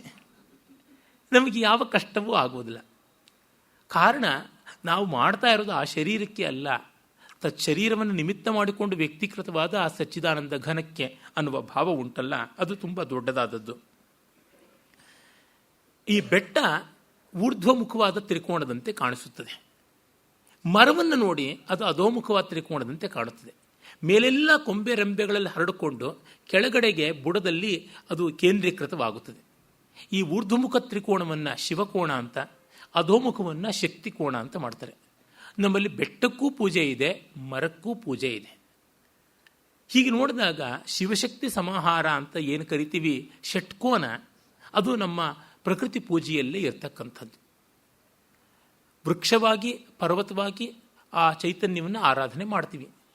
ಒಂದು ಸ್ಥಾವರ ಆದರೆ ಅದು ಅಚಿತ್, ಮತ್ತೊಂದು ಸ್ಥಾವರ ಆದರೂ ಚಿತ್. ಸ್ಥಾವರವಾದಂಥ ಬೆಟ್ಟ ಅಚಿತ್ತು, ಸ್ಥಾವರವಾದಂಥ ಮರ ಚಿತ್, ಚೈತನ್ಯ ಪೂರ್ಣವಾದದ್ದು ಅಂತ. ಹಾಗೆ ಈ ಅಚಿತ್ ಜಡವಾದರೂ ನೀರು ಚಲನಶೀಲವಾದಂಥದ್ದು. ಅಂದರೆ ಮರ ಚೈತನ್ಯಪೂರ್ಣವಾದರೂ ಜೀವ ಇರುವುದಾದರೂ ಅದರಲ್ಲಿ ಚಲನೆ ಇಲ್ಲ, ಅದು ಓಡಾಡಲಾರದು. ಸ್ಥಾವರ, ನದಿ ಓಡಾಡುತ್ತದೆ. ಇನ್ನು ಮೂರ್ತಿ ಮೆರವಣಿಗೆ ಮಾಡಿಸ್ತೀವಿ, ಅದು ಶಿಲಾರೂಪವೋ ಅಥವಾ ಲೋಹರೂಪದ್ದೋ ಆದದ್ದು, ಅದು ಜಡವಾದರೂ ಅದಕ್ಕೆ ಸಂಚಾರ ಉಂಟು. ಹೀಗೆ ಎರಡೂ ಥರವೂ ಬೇರೆ ಬೇರೆ ಬಗೆಯಲ್ಲಿ ಉಂಟು. ಅವಷ್ಟನ್ನು ಕೂಡ ನಾವು ಆರಾಧನೆ ಮಾಡ್ತೀವಿ. ಮತ್ತು ನಮ್ಮ ದೇವಸ್ಥಾನಗಳಲ್ಲಿ ಈಚೆಗೂ ಕೂಡ ನಾವು ವಿಚ್ಛಿನ್ನವಾಗಿ ನೋಡತಕ್ಕಂಥದ್ದು ಸ್ಥಳವೃಕ್ಷ ಅಂತ. ಮೊದಲು ವೃಕ್ಷಕ್ಕೆ ಪೂಜೆ ಮಾಡುವುದೇ, ಆಮೇಲೆ ಆ ಸ್ಥಾನದಲ್ಲಿ ಒಂದು ಮೂರ್ತಿ ನೆಡ್ತೀವಿ, ವೃಕ್ಷ ಸ್ಥಳವೃಕ್ಷವಾಗುತ್ತದೆ. ನಿಮಗೆ ನಮ್ಮ ತಮಿಳುನಾಡಲ್ಲಿ ಬಂದರೆ ಬೇಕಾದಷ್ಟು ಕಡೆ ಕಾಣಿಸುತ್ತದೆ. ಎಷ್ಟು ಶಿವ ದೇವಾಲಯಗಳಿವೆ, ಅಲ್ಲೆಲ್ಲ ವೃಕ್ಷಕ್ಕೆ ಸಮೀಕರಣ ಉಂಟು. ಏಕಾಮ್ರನಾಥೇಶ್ವರ, ಏಕಾಮ್ರೇಶ್ವರ ಅಂತೀವಿ, ಮಾವಿಗೆ ಸಂಬಂಧಪಟ್ಟವನಾಗಿದ್ದಾನೆ. ಜಂಬುಕೇಶ್ವರ ಅಂತೀವಿ, ನೇರಳೆಗೆ ಸಂಬಂಧಪಟ್ಟಂಥವನಾಗಿದ್ದಾನೆ. ಅದೇ ರೀತಿ ಕದಂಬೇಶ್ವರ ಅಂತೀವಿ. ಅರ್ಜುನ, ಮಲ್ಲಿಕಾರ್ಜುನ ಅಂತಂದರೆ ಆಂಧ್ರ ಪ್ರದೇಶದಲ್ಲಿ ಜ್ಯೋತಿರ್ಲಿಂಗ, ಅದು ಮಲ್ಲಿಗೆ ಮತ್ತು ಅರ್ಜುನ ವೃಕ್ಷ, ಮತ್ತಿ ಮರ ಎರಡಕ್ಕೂ ಸಂಬಂಧಪಟ್ಟಂಥದ್ದಾಗಿದೆ. ಎಲ್ಲಿವರೆಗೂ ಇದು ಬೆಳೆದಿದೆ ಅಂದರೆ ಹರಳುಗಿಡ, ಅದಕ್ಕೆ ತಮಿಳಿನಲ್ಲಿ ಬಂದು ಒಳಕ್ಕೆಣ್ಣೆ ಅಂತ ಕರೀತಾರೆ. ಆ ಬೆಳಕೇಶ್ವರಂ ಅಂತ ಕರೆದಂಥದ್ದು ಜಾಗ ಉಂಟು. ಆಮಲಕೇಶ್ವರ ನೆಲ್ಲಿಗೆ ಸಂಬಂಧಪಟ್ಟದ್ದು. ಹೀಗೆ ಸ್ಥಳವೃಕ್ಷಕ್ಕೆ ಸಮೀಕರಣ ಮಾಡುವುದು. ಈ ನಾಗಲಿಂಗ ಕ್ಯಾನನ್ ಬಾಲ್ ಟ್ರೀ ಅಂತ ಕರೀತಾರೆ, ಅದು ದಕ್ಷಿಣ ಅಮೆರಿಕಾಯಿಂದ ಬಂದಂಥದ್ದು ಮರ. ಈಚೆಗೆ ಒಂದು 300-400 ವರ್ಷಗಳಲ್ಲಿ ಬಂದದ್ದು. ಒಂದು ದೇವಾಲಯ ಸ್ಥಾಪಿತವಾಯಿತು, ಅಲ್ಲಿ ನಾಗಲಿಂಗೇಶ್ವರ ಅಂತಲೇ ಆ ವೃಕ್ಷವನ್ನು ಸ್ಥಳವೃಕ್ಷ ಮಾಡಿಕೊಂಡಿದ್ದಾರೆ. ಯಾವುದನ್ನು ನಾವು ಜೀರ್ಣ ಮಾಡಿಕೊಳ್ತೀವಿ. ಈ ವೃಕ್ಷಾರಾಧನೆ ಉಂಟು. ಪ್ರಕೃತಿಯನ್ನು ಆರಾಧನೆ ಮಾಡೋದು ತುಂಬ ಉತ್ಕೃಷ್ಟವಾದದ್ದು ಅಂತ ಗೊತ್ತಿದೆ, ವೇದದಲ್ಲಿಯೂ ಅದನ್ನೇ ಮಾಡತಕ್ಕಂಥದ್ದು. ಹೀಗೆ ಇದು ಸ್ಥಳವೃಕ್ಷವಾಗಿ ಮಾಡುವುದರೊಳಗೆ ಯಾವ ತಪ್ಪೂ ಇಲ್ಲ, ಅದು ಉತ್ಕೃಷ್ಟವಾದದ್ದು ಅಂತ ಗೊತ್ತಾಗುತ್ತದೆ. ಆಮೇಲೆ ಆ ಒಂದು ಸರಳವಾದ ಸಹಜವಾದ ಒಂದು ಕಲ್ಲನ್ನು ಇಟ್ಟು ಮಾಡ್ತಕ್ಕಂಥದ್ದು ನಮ್ಮ ಗ್ರಾಮೀಣರೆಲ್ಲ ಮಾಡೋದಂಥದ್ದು ನೋಡಿದ್ದೀರಾ. ಒಂದು ಕಲ್ಲನ್ನು ಇಟ್ಟುಬಿಡ್ತಾರೆ, ಪೂಜೆ ಮಾಡ್ತಾರೆ. ಅದು ಜಾನಪದ, ಅದು ಅಗ್ಗ ಅಂತ ನಮ್ಮ ಮಡಿವಂತರು ಮೂಗು ಮುರಿತಾರೆ. ಇನ್ನು ನಮ್ಮ ಬುದ್ಧಿಜೀವಿಗಳು ಅನ್ಸ್ಕೊಂಡ ದುರ್ಬುದ್ಧಿ ಜನ ಅದು ಅತ್ಯಂತ ಉತ್ಕೃಷ್ಟವಾದದ್ದು, ಅದು ಅವೈದಿಕವಾದದ್ದು, ವೇದ ವಿರುದ್ಧವಾದದ್ದು ಅಂತ ಶಂಕ ಜಾಗಟೆ ತಗೊಂಡು ಗಲಾಟೆ ಮಾಡ್ತಾರೆ. ಆದರೆ ಅತ್ಯಂತ ಮಡಿವಂತರು, ಅತ್ಯಂತ ಶ್ರೋತ್ರಿಯರು ಆದವರು ಪಂಚಾಯತನ ಪೂಜೆ ಮಾಡುವಾಗ ಇವಾದರೂ ಗುಂಡಿಗೆ ನುಣ್ಣಿಗೆ ಇರತಕ್ಕಂಥದ್ದು. ಬಾಣಲಿಂಗ ಮತ್ತು ಶಾಲಗ್ರಾಮ ಬಿಟ್ಟು ಶೋಣಭದ್ರ ಪಾಷಾಣವಾಗಲಿ, ಅಂಬಿಕಾಶಿಲೆಯಾಗಲಿ ಯಾವ ಗುಂಡಿಗಿರುತ್ತವೆ, ಅದಕ್ಕೇನು ಅಂತ ಹೇಳಲು ಅಮೀಬಾಯಿ ಕ್ಷೇಪ್ ಅಂತ ಹೇಳಬೇಕು. ಅದನ್ನು ನಿಯತವಾಗಿ ಆಚಾರ್ಯ ಶಂಕರ ಭಗವತ್ಪಾದರು ಪ್ರವರ್ತನೆ ಮಾಡಿದ್ದು ಪಂಚಾಯತನ ಪೂಜೆ ಅಂತ ಅನುದಿನವೂ ಮಾಡ್ತಾರೆ. ಎಷ್ಟೋ ಜನ ಉಂಗುರಗಳಲ್ಲಿ ಕೂಡ ಪಂಚಾಯತನ ಶಿಲೆಗಳನ್ನು ಆರೋಪ ಮಾಡಿಕೊಂಡಿರ್ತಾರೆ. ಈ ಕಲ್ಲುಗಳಿಗೋಸ್ಕರವೇನೆ ಗಂಡಕಿ ನದಿಯಲ್ಲೆಲ್ಲ ಓಡಾಡ್ತಾರೆ.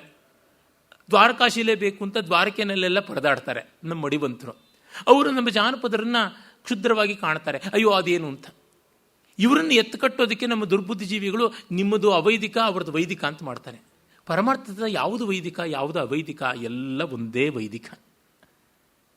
ಅವರು ಒಂದು ಕಲ್ಲನ್ನು ಇಟ್ಟು ಪರಮಾತ್ಮ ಅಂತ ಮಾಡೋದು, ಇವರು ಒಂದು ಶಾಲಗ್ರಾಮವನ್ನು ಬಾಣಲಿಂಗವನ್ನು ಇಟ್ಟು ಮಾಡೋದ್ರೊಳಗೆ ತತ್ವತಃ ಯಾವ ವ್ಯತ್ಯಾಸವೂ ಇಲ್ಲ ಅನ್ನೋದು ಗೊತ್ತಾಗುತ್ತದೆ. ಮತ್ತು ಇದು ಸನಾತನ ಧರ್ಮ ಅಂತಲೂ ಕೂಡ ಗೊತ್ತಾಗುತ್ತದೆ.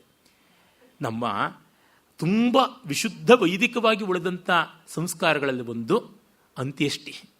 ಯಾರೂ ಅದನ್ನು ಪ್ರಕ್ಷೇಪ ಮಾಡೋಕ್ಕೆ ಹೋಗಿಲ್ಲ, ಯಾರೂ ಇಂಟರ್ಪೊಲೇಟ್ ಮಾಡೋದಕ್ಕೆ ಹೋಗಿಲ್ಲ. ಮದುವೆಗೆ ಮುಂಜಿಗೆ ಬೇಕಾದಂತೆ ಸೇರಿಸ್ಬಿಡ್ತಾರೆ ಮಂತ್ರಗಳನ್ನು, ಪೌರಾಣಿಕ ಶ್ಲೋಕಗಳನ್ನು ಎಲ್ಲ. ಶ್ರಾದ್ದ ಅಂದರೆ ಭಯ, ಎಲ್ಲಿ ದೆವ್ವ ಕಾಡ್ಬಿಡ್ತಾರೋ ಅಂತ. ಅಲ್ಲಿ ಅವಿಚ್ಛಿನ್ನವಾಗಿ ಅಚ್ಚವಾದ ವೈದಿಕ ಮಂತ್ರಗಳಿವೆ.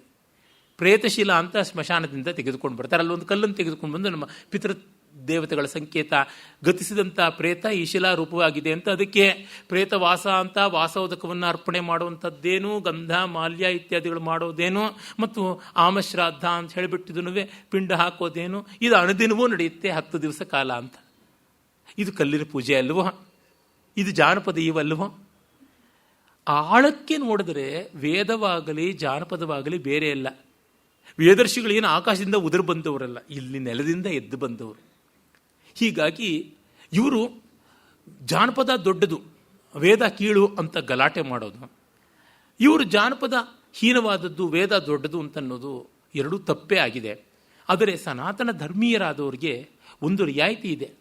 ಕಾರಣ ಏನಂದರೆ ಅವರು ಈ ಗ್ರಾಮದೇವತೆ ಇತ್ಯಾದಿಗಳನ್ನು ಗೌರವಿಸಿಕೊಂಡೇ ಬಂದಿದ್ದಾರೆ. ನಮ್ಮ ಊರಿನಲ್ಲೆಲ್ಲ ನಾವು ಸ್ಪಷ್ಟವಾಗಿ ಅದು ಗ್ರಾಮದೇವತೆಯ ಹಬ್ಬ ಅಂತಾದಾಗ ವರ್ಣಭೇದ ಇಲ್ಲದೆ ಎಲ್ಲರೂ ಹೋಗಿ ಆ ದೇವರಿಗೆ ಗೌರವ ಸಲ್ಲಿಸಿ ಬರ್ತಕ್ಕಂಥದ್ದು ಉಂಟು. ಅದು ಎಲ್ಲಿವರೆಗೆ ಅಂದರೆ ದರ್ಗಾಗಳಲ್ಲಿ ಹೋಗ್ಬಿಟ್ಟಿದ್ದನು, ಉರಸಾದಾಗ ಮಲ್ಲಿಗೆ ಹೂವನ್ನು ಕೊಟ್ಟು ಬಿಟ್ಟಿದ್ದನು, ಕಾಣಿಕೆಯನ್ನು ಕೊಟ್ಟು ಅಲ್ಲಿ ನವಿಲುಗರಿಯ ಚಾಮರದಿಂದ ಸೇವೆ ಮಾಡಿಸ್ಕೊಂಡು ಮತ್ತೆ ಅಲ್ಲಿ ಬತ್ತಾಸು ಬೆಂಡು ಇತ್ಯಾದಿಯನ್ನು ಪ್ರಸಾದ ಅಂತ ತೆಗೆದುಕೊಂಡು ಬರೋದು ಉಂಟು. ಇಲ್ಲಿ ಎಲ್ಲಿಯೂ ಸನಾತನ ಧರ್ಮ ಸಂಕುಚಿತವಾಗಿ ನಡ್ಕೊಂಡಿಲ್ಲ. ಒಟ್ಟಿನಲ್ಲಿ ತಾತ್ಪರ್ಯ ಎಷ್ಟು, ನಾವು ಆಳವಾಗಿ ನೋಡಿದಾಗ ಇರುವುದು ಒಂದೇ. There is only one ism, that is Vedism ಅಂತ ವಿಶ್ವನಾಥ್ ಸತ್ಯನಾರಾಯಣ ಹೇಳ್ತಿದ್ರಲ್ಲ, ಅದು ನಮಗೆ ಗೊತ್ತಾಗುತ್ತದೆ. ಮತ್ತಿಲ್ಲಿ ಎಷ್ಟು ಸೂಕ್ಷ್ಮಗಳು ಉಂಟು. ಆ ಒಂದು ಶಿಲಾಮೂರ್ತಿ ಯಾವುದಿರುತ್ತದೆ, ಪ್ರಾಚೀನವಾದದ್ದು, ಪ್ರಪ್ರಾಚೀನವಾದದ್ದು, ಉದ್ಭವ ಅಂತಿವೆ, ಸ್ಪಷ್ಟವಾಗಿರೋಲ್ಲ. ನಾವು ನಮ್ಮ ಕಲ್ಪನೆಯನ್ನು ಅದರ ಮೇಲೆ ಆರೋಪ ಮಾಡಬೇಕು. ಘಾಟಿ ಸುಬ್ರಹ್ಮಣ್ಯಕ್ಕೆ ಹೋಗಿ ನೋಡಿದ್ರೆ ಒಂದು ಕಡೆಯಿಂದ ಸುಬ್ರಹ್ಮಣ್ಯ, ಇನ್ನೊಂದು ಕಡೆಯಿಂದ ನರಸಿಂಹ ಅಂತ ಕಣ್ಣಲ್ಲಿ ಕಣ್ಣಿಟ್ಕೊಂಡು ನೋಡಿದ್ರು ನಮಗೆ ಆ ಆಕಾರ ಸ್ಫುಟವಾಗೋಲ್ಲ.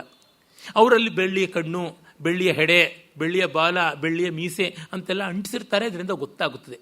ಹೀಗೆ ನಾವು ಆಕಾರವನ್ನು ಆರೋಪ ಮಾಡ್ತೀವಿ.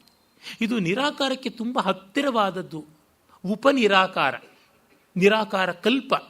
ಹೀಗಾಗಿ ಗ್ರಾಮೀಣರು, ಆರಣ್ಯಕರು, ಜಾನಪದರು ಇಂಥವುಗಳಲ್ಲಿ ಭಗವಂತನ ಕಾಣಬಲ್ಲರು ಅಂತಂದರೆ ಅವರು ನಿಜವಾಗಿಯೂ ತತ್ವತಃ ಹೆಚ್ಚಿನ ಮೇಲಿನಲ್ಲಿದ್ದಾರೆ. ನಮಗೆ ಶಂಖಚಕ್ರ ಗದಾ ಪದ್ಮಧಾರಿ ಆಗದೆ, ಚತುರ್ಬಾಹು ಆಗದೆ ನಮಗೆ ದೇವರನ್ನು ಕಾಣೋಕ್ಕಾಗೋಲ್ಲ ಅಂದರೆ ಅದು ನಮ್ಮ ಮಿತಿಯಾಗಿದೆ, ನಮ್ಮ ಕಂಡೀಷನಿಂಗ್ ಆ ಥರ ಆಗಿದೆ. ನೋಡಿ, ನಾಡದ್ದು ಬರುತ್ತಲ್ಲ ಗಣಪತಿ ಹಬ್ಬದಲ್ಲಿ, ಎಂಥ ದಿವ್ಯವಾದಂಥ ರತ್ನಮಯವಾದ ಗಣಪತಿಯನ್ನು ಪೂಜೆ ಮಾಡೋಕ್ಕೂ ಮುಂಚೆ ಸಗಣಿಯಲ್ಲಿಯೋ ಮಣ್ಣಲ್ಲಿಯೋ ಪಿಳ್ಳಾರಿ ಅಂತ ಇಡಬೇಕು. ಪಿಳ್ಳಯ್ಯಾರ್, ಪಿಳ್ಳೆ ಹುಡುಗ, ಹುಡುಗರು ಗೌರವ, ಹುಡುಗ ದೇವರು. ಪಿಳ್ಳೈ ಅಂದರೆ ತಮಿಳಿನಲ್ಲಿ ಹುಡುಗ ಅಂತ, ಮಗ. ಯಾರ್ ಅಂತ ಗೌರವ, ಅವ್ವೈ ಅಜ್ಜಿ, ಅಜ್ಜಿ ಅವರು ಅವ್ವಯ್ಯಾರ್ ಅಂತ, ಈ ಥರದ್ದು ಗೌರವ ತೋರಿಸ್ತಕ್ಕಂಥದ್ದು, ಅದನ್ನು ಇಡಬೇಕು ಅಂತ. ಅಂದರೆ ಆ ಒಂದು ಪ್ರತಿಮಾಗೂ ಮುಖ್ಯವಾದದ್ದು ಪ್ರತೀಕ. ಪ್ರತೀಕ ಇದೆಯಲ್ಲ, ಇಟ್ ಈಸ್ ಸೈನ್. ಪ್ರತಿಮಾ ದಟ್ ಈಸ್ ಇಮೇಜ್. ಅದು ಒಂದು ಸಿಂಬಲ್ ಆಗಬೇಕು. ಚಿಹ್ನೆ ಅನ್ನೋದು, ಕ್ಷಮಿಸಬೇಕು, ಚಿಹ್ನ ಅನ್ನೋದು ಸೈನ್, ಪ್ರತೀಕ ಅಂತಕ್ಕಂಥದ್ದು symbol. Symbol has a greater quality of metaphorism. ಅಂದರೆ ಆ ಸಂಕೇತ ಯಾವುದುಂಟು, ಪ್ರತೀಕ ತುಂಬ ದೊಡ್ಡ ಧ್ವನಿಗಳನ್ನು ಕೊಡ್ತಕ್ಕಂಥದ್ದಾಗಿದೆ. ಹೀಗೆ ನಮ್ಮ ಎಲ್ಲ ಪೂಜೆಯಲ್ಲೂ ಉಂಟು. ಇದು ಗಣಪತಿಯಂಥದ್ದು ಮಾತ್ರವಲ್ಲದೆ ಗೌರಿಯನ್ನು ಅಷ್ಟೇ, ಅರಶಿಣದ ಗೌರಿಯನ್ನು ಮಾಡಲೇಬೇಕು ಅಂತ, ಏನೇ ಇದ್ದರೂ ಸಂಪ್ರದಾಯ ಇದನ್ನು ಮೊದಲು ಮಾಡಬೇಕು ಅಂತ ಪ್ರತಿಯೊಂದು ಕಡೆಯಲ್ಲಿಯೂ ನಾವು ಈ ಥರದ್ದು ಕಾಣ್ತೀವಿ. ಹೀಗೆ ಸಗುಣ ನಿರ್ಗುಣಗಳನ್ನು ಲೀಲಾಜಾಲವಾಗಿ ನಡುಮನೆ ಅಂಗಳದಂತೆ ಹಾಯ್ದು ಹೊಕ್ಕು ಬರ್ತಕ್ಕಂಥದ್ದು ಈ ನಮ್ಮ ದೇವಾಲಯಗಳಲ್ಲೂ ಕಾಣುತ್ತದೆ. ಮೂಲ ವಿಗ್ರಹ ಯಾರೂ ಬದಲಾಯಿಸುವಂತೆ ಇಲ್ಲ. ಆಮೇಲೆ ಉತ್ಸವ ವಿಗ್ರಹಕ್ಕೆ ಎಷ್ಟು ಬೇಕಾದರೂ ಮಾಡಬಹುದು. ಉದಾಹರಣೆಗೆ ನೋಡಿ, ಶಿವನನ್ನು ಪ್ರತೀಕ ರೂಪವಾಗಿಯೇ ಶಿವಲಿಂಗವಾಗಿ ನಾವು ಪೂಜೆ ಮಾಡ್ತೀವಿ. ಉತ್ತರ ಭಾರತದಲ್ಲಿ ವಿಗ್ರಹ ರೂಪದಲ್ಲಿಯೂ ಪೂಜೆ ಮಾಡುವುದು ಉಂಟು, ಆದರೆ ಅಲ್ಲಿಯೂ ಶಿವಲಿಂಗ ಇದ್ದೇ ಇದೆ.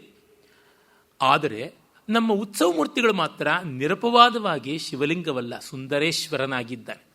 ಶಿವ ಚತುರ್ಬಾಹುವಾಗಿ, ಅವನು ಮೇಲಿನ ತೋಳುಗಳಲ್ಲಿ ಅಗ್ನಿ ಡಮರುಗಳನ್ನು ಅಥವಾ ಡಮರುಗ ಶೂಲವನ್ನು ಧರಿಸಿ ಕೆಳಗಡೆಗೆ ಕಟ್ಟೆವಲಂಬಿತ ಹಸ್ತದಲ್ಲಿ, ಅಭಯ ಹಸ್ತದಲ್ಲಿ ಇದ್ದೇ ಇರ್ತಾನೆ. ಅವನ ಜೊತೆಗೆ ಪಾರ್ವತಿ ಇರ್ತಾಳೆ. ಅಂದರೆ ಉತ್ಸವ ಮೂರ್ತಿ ಈ ಪ್ರತಿಮಾ ರೂಪದ್ದಾಗಿ, ಮೂಲ ಮೂರ್ತಿ ಪ್ರತೀಕ ರೂಪದ್ದಾಗಿರುತ್ತದೆ. ಮತ್ತು ಉತ್ಸವ ಮೂರ್ತಿಗೆ ಸಲಿಗೆ ತೆಗೆದುಕೊಂಡು ಹೆಚ್ಚು ಕಡಿಮೆಗಳು ಮಾಡ್ತಾನೆ ಇರ್ತಾರೆ. ಆದರೆ ಮೂಲಮೂರ್ತಿಗೆ ಆ ಕಟ್ಟಲೆ ಕ್ರಮ ಏನಿದೆ ಅದೊಂದು ಚೂರು ತಪ್ಪದಂತೆ ಮಾಡಬೇಕು ಅಂತ. ತಮಗೆ ಗೊತ್ತಿರಬಹುದೇನೋ, ತಿರುಪತಿಯಲ್ಲಿ ನಿತ್ಯವೂ 80, 90, 100, 120 ಕಲ್ಯಾಣೋತ್ಸವಗಳಾಗುತ್ತದೆ. ಹಬ್ಬಗಳು ಬಂದರೆ ವಿಶೇಷವಾದ ಅಲಂಕಾರಗಳು ಆ ಥರದ್ದು ಎಲ್ಲ ಆಗುತ್ತದೆ. ಆದರೆ ಪ್ರತಿದಿನವೂ ಮೂಲ ಮೂರ್ತಿಗೆ ಒಂದು ಮಾಡುವ ಕ್ರಮ ಅಂತಿದೆ. ಅದಕ್ಕಿಂತ ಒಂದು ಹೂವನ್ನು ಹೆಚ್ಚಾಗಿ ಹಾಕುವಲ್ಲ. ಹೂವಂದರೆ ಎಷ್ಟು ಬೇಕಾದರೂ ಹಾಕ್ಬೋದಲ್ವ, ಅಷ್ಟೇ. ಏನು ಕಟ್ಟಲೆ ಇದೆ ಅಷ್ಟೇ. ಅದು ಯಾವ ಪೂರ್ವಜರು ಮಾಡಿದ್ದಾರೆ ಅದನ್ನು ಹಾಗೆ ನಡೆಸ್ಕೊಂಡು ಬಂದದ್ದಾಗಿದೆ. ಅಂದರೆ ಮೂಲ ಸ್ವರೂಪ ಅಂತಿದೆಯಲ್ಲ, ಅದು ಧ್ರುವ ಬೇರ, ಅದು ಸ್ಥಿರವಾದದ್ದು. ಮೂಲ ಬೇರ ಅಂತ ಕರಿತೀವಿ, ಧ್ರುವ ಶಾಶ್ವತ. ಅದಕ್ಕೆ ಒಂದು ಶಾಶ್ವತವಾದ ಕಟ್ಟಲೆ ಕ್ರಮ ಅನ್ನೋದಿರುತ್ತದೆ. ಉತ್ಸವ ಛಲಬೇರ, ಅದಕ್ಕೆ ಹೆಚ್ಚು ಕಡಿಮೆ ಆಗ್ತಾ ಇರ್ತದೆ, ತೊಂದರೆ ಇಲ್ಲ ಅಂತ. ಈ ತರಹ ಒಂದು ವ್ರತ ಶಿಕ್ಷಣವನ್ನು ಮತ್ತೊಂದು ಲಾಘವವನ್ನು ಎರಡನ್ನೂ ಕೂಡ ನಾವು ಕಾಣ್ತೀವಿ. ಇಂಥದ್ದು ಕೂಡ ನಮ್ಮ ದೇವಾಲಯಗಳಲ್ಲಿ ಉಂಟು. ಈ ಎಲ್ಲ ಹಿನ್ನೆಲೆಯಲ್ಲಿ ನಾವು ನಮ್ಮ ದೇವಾಲಯಗಳ ನಿರ್ಮಾಣವನ್ನು ಕುರಿತು ನೋಡಬೇಕು. ಯಾಕೆಂದರೆ ತೀರ್ಥ ಕ್ಷೇತ್ರ ಅಂತಂದರೆ ಕ್ರಮೇಣ ದೇವಾಲಯ ಬಂದುಬಿಡುತ್ತದೆ. ಮೊದಲು ಇಲ್ಲದೆ ಇದ್ದಿರಬಹುದು, ಆಮೇಲೆ ದೇವಾಲಯವಾಗುತ್ತದೆ. ಯಾಕೆಂದರೆ ಆ ಪ್ರಕೃತಿಯ ಅಮೇಯ ಅನಂತ ವ್ಯಾಪ್ತಿ ಇದೆಯಲ್ಲ, ಅದು ಅನಂತ. ಅದನ್ನು ನಾವು ಶಾಂತವಾಗಿ ಮಾಡಿಕೊಳ್ಳದೆ ಆಸ್ವಾದ ಮಾಡೋಕ್ಕಾಗೋಲ್ಲ. ನಮಗಾಗಿ ನಾವು ಒಂದು ಸಣ್ಣದಾದಂಥ ವ್ಯವಸ್ಥೆ ಮಾಡಿಕೊಳ್ಬೇಕು. ಗೀತೆಯಲ್ಲಿ ಕೃಷ್ಣ ಹೇಳ್ತಾನಲ್ಲ, ಕ್ಲೇಶೋಧಿಕತರಸ್ತೇಷಾಂ ಅವ್ಯಕ್ತಾಸಕ್ತ ಚೇತಸಾಂ ಅಂತ. ಅವ್ಯಕ್ತವನ್ನು ಉಪಾಸನೆ ಮಾಡೋದು ಕಷ್ಟ, ಶ್ರಮಾವಹ ಅಂತ. ಕಣ್ಣೆದರಿಗೆ ಪುಸ್ತಕ ಇಲ್ಲದಿದ್ದರೆ ನನಗೆ ಕೈಕಾಲು ಓಡೋದಿಲ್ಲ. ಕಣ್ಣೆದರಿಗೆ ಒಂದು ಬೇಕಾಗುತ್ತದೆ, ಕಣ್ಣಳತೆಗೆ ಒಂದು ಇರಬೇಕಾಗುತ್ತದೆ. ಹಾಗಾಗಿ ಆ ಅಮೇಯವಾಗಿ ಹರಿತಕ್ಕಂಥ ಗಂಗೆಗೆ ಒಂದು ಪ್ರತೀಕ ಮಾಡಿಕೊಂಡು ಅದನ್ನು ಒಂದು ದೇವಾಲಯದಲ್ಲಿ ಸ್ಥಾಪನೆ ಮಾಡ್ಕೋತೀವಿ. ಅಥವಾ ಕಾಣದೇ ಇರತಕ್ಕಂಥ ವಾಯುವಿಗೆ ಒಂದು ಆಕಾರ ಮಾಡಿಕೊಂಡು ವಾಯು ಅಂತ ಮಾಡ್ತೀವಿ. ಹೀಗೆ ಬಂದದ್ದೇ ಆಗಿದೆ. ಅಗ್ನೋ ದೇವೋ ದ್ವಿಜಾತೀನಾಂ ದಿವಿದೇವೋ ಮನೀಷಿಣಾಂ ಪ್ರತಿಮಾ ಸ್ವಲ್ಪ ಬುದ್ಧೀನಾಂ ಯೋಗಿನಾಂ ಹೃದಯೇ ಹರಿಹಿ ಅಂತ ಆಗಮಗಳು ಹೇಳುತ್ತವೆ. ಸ್ವಲ್ಪ ಬುದ್ಧಿಗಳು ಅಂತಂದರೆ ಯಾರು ಬೇಸರ ಪಟ್ಕೋಬಾರ್ದು. ನಾವು ಎಲ್ಲಿರ್ತೀವೋ ಅಲ್ಲಿರ್ತೀವಿ. ಅದನ್ನು ಮೀರುವುದು ಅಂದರೆ ಅದನ್ನು ದೂರುವುದು ಅಂತ ಅರ್ಥ ಅಲ್ಲವಲ್ಲ. ದೇವಾಲಯಗಳನ್ನು ನೋಡಿದಾಗ ಯಜ್ಞದ ವಾಟಿ ಯಾವುದಿದೆ, ಯಜ್ಞ ಮಂಟಪ ಯಾವುದಿದೆ, ಅದೇ ದೇವಾಲಯದ ಮೂಲ ಅನ್ನೋದ್ರೊಳಗೆ ಸಂದೇಹವೇ ಕಾಣಿಸೋದಿಲ್ಲ. ಅದನ್ನು ನಾನು ಹಿಂದೆಯೇ ಅನೇಕತ್ರ ಇಲ್ಲಿ ಹೇಳೋದ್ರಿಂದ ವಿಸ್ತರಿಸಿ ಹೇಳೋದಕ್ಕೆ ಹೋಗೋಲ್ಲ. ಅರೆ, ಒಂದು ದೇವಾಲಯವನ್ನೇ ನೋಡಿದಾಗ ಆ ದೇವಾಲಯದಲ್ಲಿ ಯಜ್ಞಶಾಲೆಯ ಸಕಲ ವಿವರಗಳು ಕಾಣಿಸುತ್ತವೆ. ಮೊದಲು ದೇವಾಲಯ ಒಂದು ಚಪ್ಪರದಂತೆ ಇದ್ದದ್ದು ಮತ್ತೆ ಸ್ಥಿರವಾಗಿ ಆಯಿತು. ಈಗಲೂ ನೀವು ನೋಡಿ, ಬೆಂಗಳೂರಿನಂಥ ಮಹಾನಗರದಲ್ಲೂ ಒಂದು ದೇವಾಲಯ ಹೇಗೆ ಬೆಳೆಯುತ್ತೆ ಅಂತ ಅದೇ ಕ್ರಮವೇ ಎಲ್ಲ ಕಾಲದಲ್ಲೂ ಇರೋದು. ಎಲ್ಲಿಯೋ ಹೇಗೋ ಒಂದು ಅಶ್ವತ್ಥ ವೃಕ್ಷ ಬರುತ್ತದೆ ಬಸ್ ಸ್ಟ್ಯಾಂಡ್ ಪಕ್ಕ, ಅದರ ಪಕ್ಕದಲ್ಲಿ ಇನ್ನೊಬ್ಬರು ಒಂದು ಬೇವಿನ ಮರ ತಂದು ನೆಡ್ತಾರೆ. ಅಲ್ಲೆಲ್ಲಿಂದಲೋ ಒಂದು ನಾಗರ ಕಟ್ಟೆ ಬಂದುಬಿಡುತ್ತೆ. ಅದು ಮೂರು ಇರೋಲ್ಲ, ಯಾವಾಗಲೂ ಒಂದೇ ಇರುತ್ತದೆ. ಇನ್ನು ಯಾರೋ ಕೆಲವರು ತಮ್ಮ ಮನೆ ಎಕ್ಸ್ಟ್ರಾ ಫೋಟೋಗಳಿರುತ್ತವಲ್ಲ, ಗೋಡೆ ಹೊರಲಾಗದ್ದು, ಇಟ್ಕೊಳ್ಳಲಾಗದ್ದು, ಫ್ಯಾಷನ್ಗೆ ತಾಳಲಾಗದ್ದು ಅಂತ ಸತ್ಯನಾರಾಯಣನೋ ಪಾರ್ವತಿ ಪರಮೇಶ್ವರನೋ ಯಾವುದನ್ನೋ ತಂದಿಟ್ಬಿಡ್ತಾರೆ. ಇನ್ಯಾರೋ ಮನೆಯಲ್ಲಿ ಒಡೆದೋಗಿರ್ತಕ್ಕಂಥ ಒಂದು ಪ್ಲಾಸ್ಟರ್ ಆಫ್ ಪ್ಯಾರಿಸ್ನ ಗೋಪಾಲಕೃಷ್ಣನ ವಿಗ್ರಹವನ್ನು ತಂದು ಇಡ್ತಾರೆ. ಹೀಗೆ ಈ ಅನಾಥ ದೇವತೆಗಳಿಗೆಲ್ಲ ಆಶ್ರಯವಾಗಿ ಮರದ ಬುಡ ತಯಾರಾಗುತ್ತದೆ. ಆಮೇಲೆ ಅಲ್ಲಿ ಯಾರೋ ಯಾವುದೋ ಒಂದು ಹುತ್ತ ಬೆಳೆಯುತ್ತದೆ, ಆ ಹುತ್ತಕ್ಕೆ ತನಿ ಎರೀತಾರೆ. ಅದರ ಪಕ್ಕದಲ್ಲಿ ನಾಗರ ಕಲ್ಲು ಇದೆ, ಸುಬ್ರಹ್ಮಣ್ಯ ಬಂದು ಬಿಡ್ತಾನೆ. ಆಮೇಲೆ ಒಂದು ಚಿಕ್ಕ ಗುಡಿಯಾಗಿ ರೂಪುಗೊಂಡದ್ದು ದೊಡ್ಡ ದೇವಸ್ಥಾನವಾಗುವಂಥದ್ದನ್ನು ನಾವು ಕಂಡೇ ಇದ್ದೀವಿ. ಮತ್ತೆ ನೋಡಿ, ಆರಂಭದಲ್ಲಿ ಜಾನಪದರು ಬಲಿ ಇತ್ಯಾದಿಗಳನ್ನು, ಪಶು ಬಲಿ ಎಲ್ಲ ಕೊಡ್ತಾ ಇರ್ತಾರೆ. ಆಮೇಲೆ ಆ ದೇವಸ್ಥಾನ ಬೆಳೆದ ಮೇಲೆ ಅದು ನಿಂತು ಹೋಗಿಬಿಡುತ್ತೆ. ಇದನ್ನು ಬ್ರಾಹ್ಮಣರು ಮಾಡೋ ವಾಮಾಚಾರ ಅಂತ ಕೆಲವರು ಹೇಳ್ತಾರೆ. ಹಾಗೆಲ್ಲ ಅಲ್ಲ. ಸಹಜವಾಗಿಯೇ ಹಿಂಸೆಯನ್ನು ಮೀರೋಣ ಅನ್ನುವ ಪ್ರಯತ್ನದಿಂದ ಆಗಿರುತ್ತೆ. ಯಾರು ಒತ್ತಾಯದಂತೆ ಮಾಡುವುದಿಲ್ಲ. ನಮ್ಮ ಮಾಂಸಾಹಾರಿಗಳಾದ ಸನಾತನ ಧರ್ಮೀಯರು ಈ ದುರ್ಬುದ್ಧಿ ಜೀವಿಗಳ ತರಹ ಅಲ್ಲ. ಅವರಿಗೆ ಗೊತ್ತಿದೆ ತಮ್ಮ ಆಹಾರದ ವ್ಯವಸ್ಥೆ ಚೌಕಟ್ಟು ಹೇಗೆ ಏನು ಅಂತ. ಇವರು ಅವರಿಂದ ದುಷ್ಪ್ರೇರಣೆಗೆ ಒಳಪಡಿಸ್ತಾರೆ. ಇನ್ಸ್ಟಿಟ್ಯೂಟ್ ಆಫ್ ಸೈನ್ಸ್ ಅಂತ ಯಾವ ಪ್ರಸಿದ್ಧ ಸಂಸ್ಥೆ ಇದೆ, ಅದರ ಒಂದು ಹೆಬ್ಬಾಗಿಲಿನಲ್ಲಿಯೇ ಮಾರಮ್ಮನ ದೇವಸ್ಥಾನ ಇದೆ. ಈಗ ಅದನ್ನು ಸರ್ಕಲ್ ಮಾರಮ್ಮನ ಸನ್ನಿಧಿ ಅಂತ. ನಾನು ಅಲ್ಲಿ ಕೇವಲ ಶಿಲಾರೂಪಿಯಾಗಿದ್ದಂಥ ದೇವಿ ಕೋಳಿಯನ್ನು ಬಲಿ ಕೊಟ್ಟರೆ ಆಳೆತ್ತರಕ್ಕೆ ಕೋಳಿ ಹಾರತಕ್ಕಂಥದ್ದನ್ನು ನಾನೇ ಕಣ್ಣಾರೆ ಕಂಡಿದ್ದೀನಿ. ಈಗ ರಾಯಗೋಪುರದಿಂದ, ಧ್ವಜಸ್ತಂಭದಿಂದ, ಮುಖಮಂಟಪದಿಂದ ಮೊದಲುಗೊಂಡು ಎಲ್ಲ ಆಗಿರೋದನ್ನು ನೋಡಿದ್ದೀನಿ. ಚೆನ್ನಾಗಿದೆ. ಅದು ಸಹಜವಾದ ಬೆಳವಣಿಗೆ ಹೌದು. ನಮ್ಮ ಮನೆಗಳನ್ನು ನೋಡಿದ್ರೆ ಗೊತ್ತಾಗೋಲ್ವೇ? ಮೊದಲಿಗೆ ಬೆಂಗಳೂರಿಗೆ ಎಲ್ಲಿಂದಲೋ ಯಾವುದೋ ಹಳ್ಳಿಯಿಂದ ಬಂದವರು ಎಲ್ಲೋ ಒಂದು ಕಡೆ ಕೆಲಸ ಗಿಟ್ಟಿಸ್ಕೊಂಡು ಯಾವುದೋ ಒಂದು ಕಡೆ ಸೈಟ್ ತಗೊಂಡು ಸೈಟೆಲ್ಲ ಔಟ್ ಹೌಸ್ ಥರ ಹಿಂದೆ ಒಂದು ಮನೆ ಕಟ್ಟಿಸ್ಕೊಂಡಿರ್ತಾರೆ. ಆಮೇಲೆ ಅನುಕೂಲವಾದಂತೆ ಮುಂದೆ ಬೆಳೆಸ್ಕೋತಾರೆ. ಮತ್ತು ಮೊದಲು ಅವರು ರೆಡ್ ಆಕ್ಸೈಡಿಂದೋ ಕಡಪ ಕಲ್ಲಿಂದೋ ಶಾಬಾದ್ ಸ್ಟೋನ್ಸ್ದೋ ಮಾಡ್ಕೊಂಡಿದ್ದು ಮಾರ್ಬಲ್ ಮಾಡ್ಕೋತಾರೆ, ಗ್ರಾನೈಟ್ ಮಾಡ್ಕೋತಾರೆ. ಹೀಗೆ ಉತ್ತರೋತ್ತರವಾಗಿ ಬೆಳೀತಕ್ಕಂಥದ್ದನ್ನು ನೋಡಿದ್ದೀವಿ. ಅದು ಯಾವುದೋ once for all final plan ಅಂತಿರೋಲ್ಲ.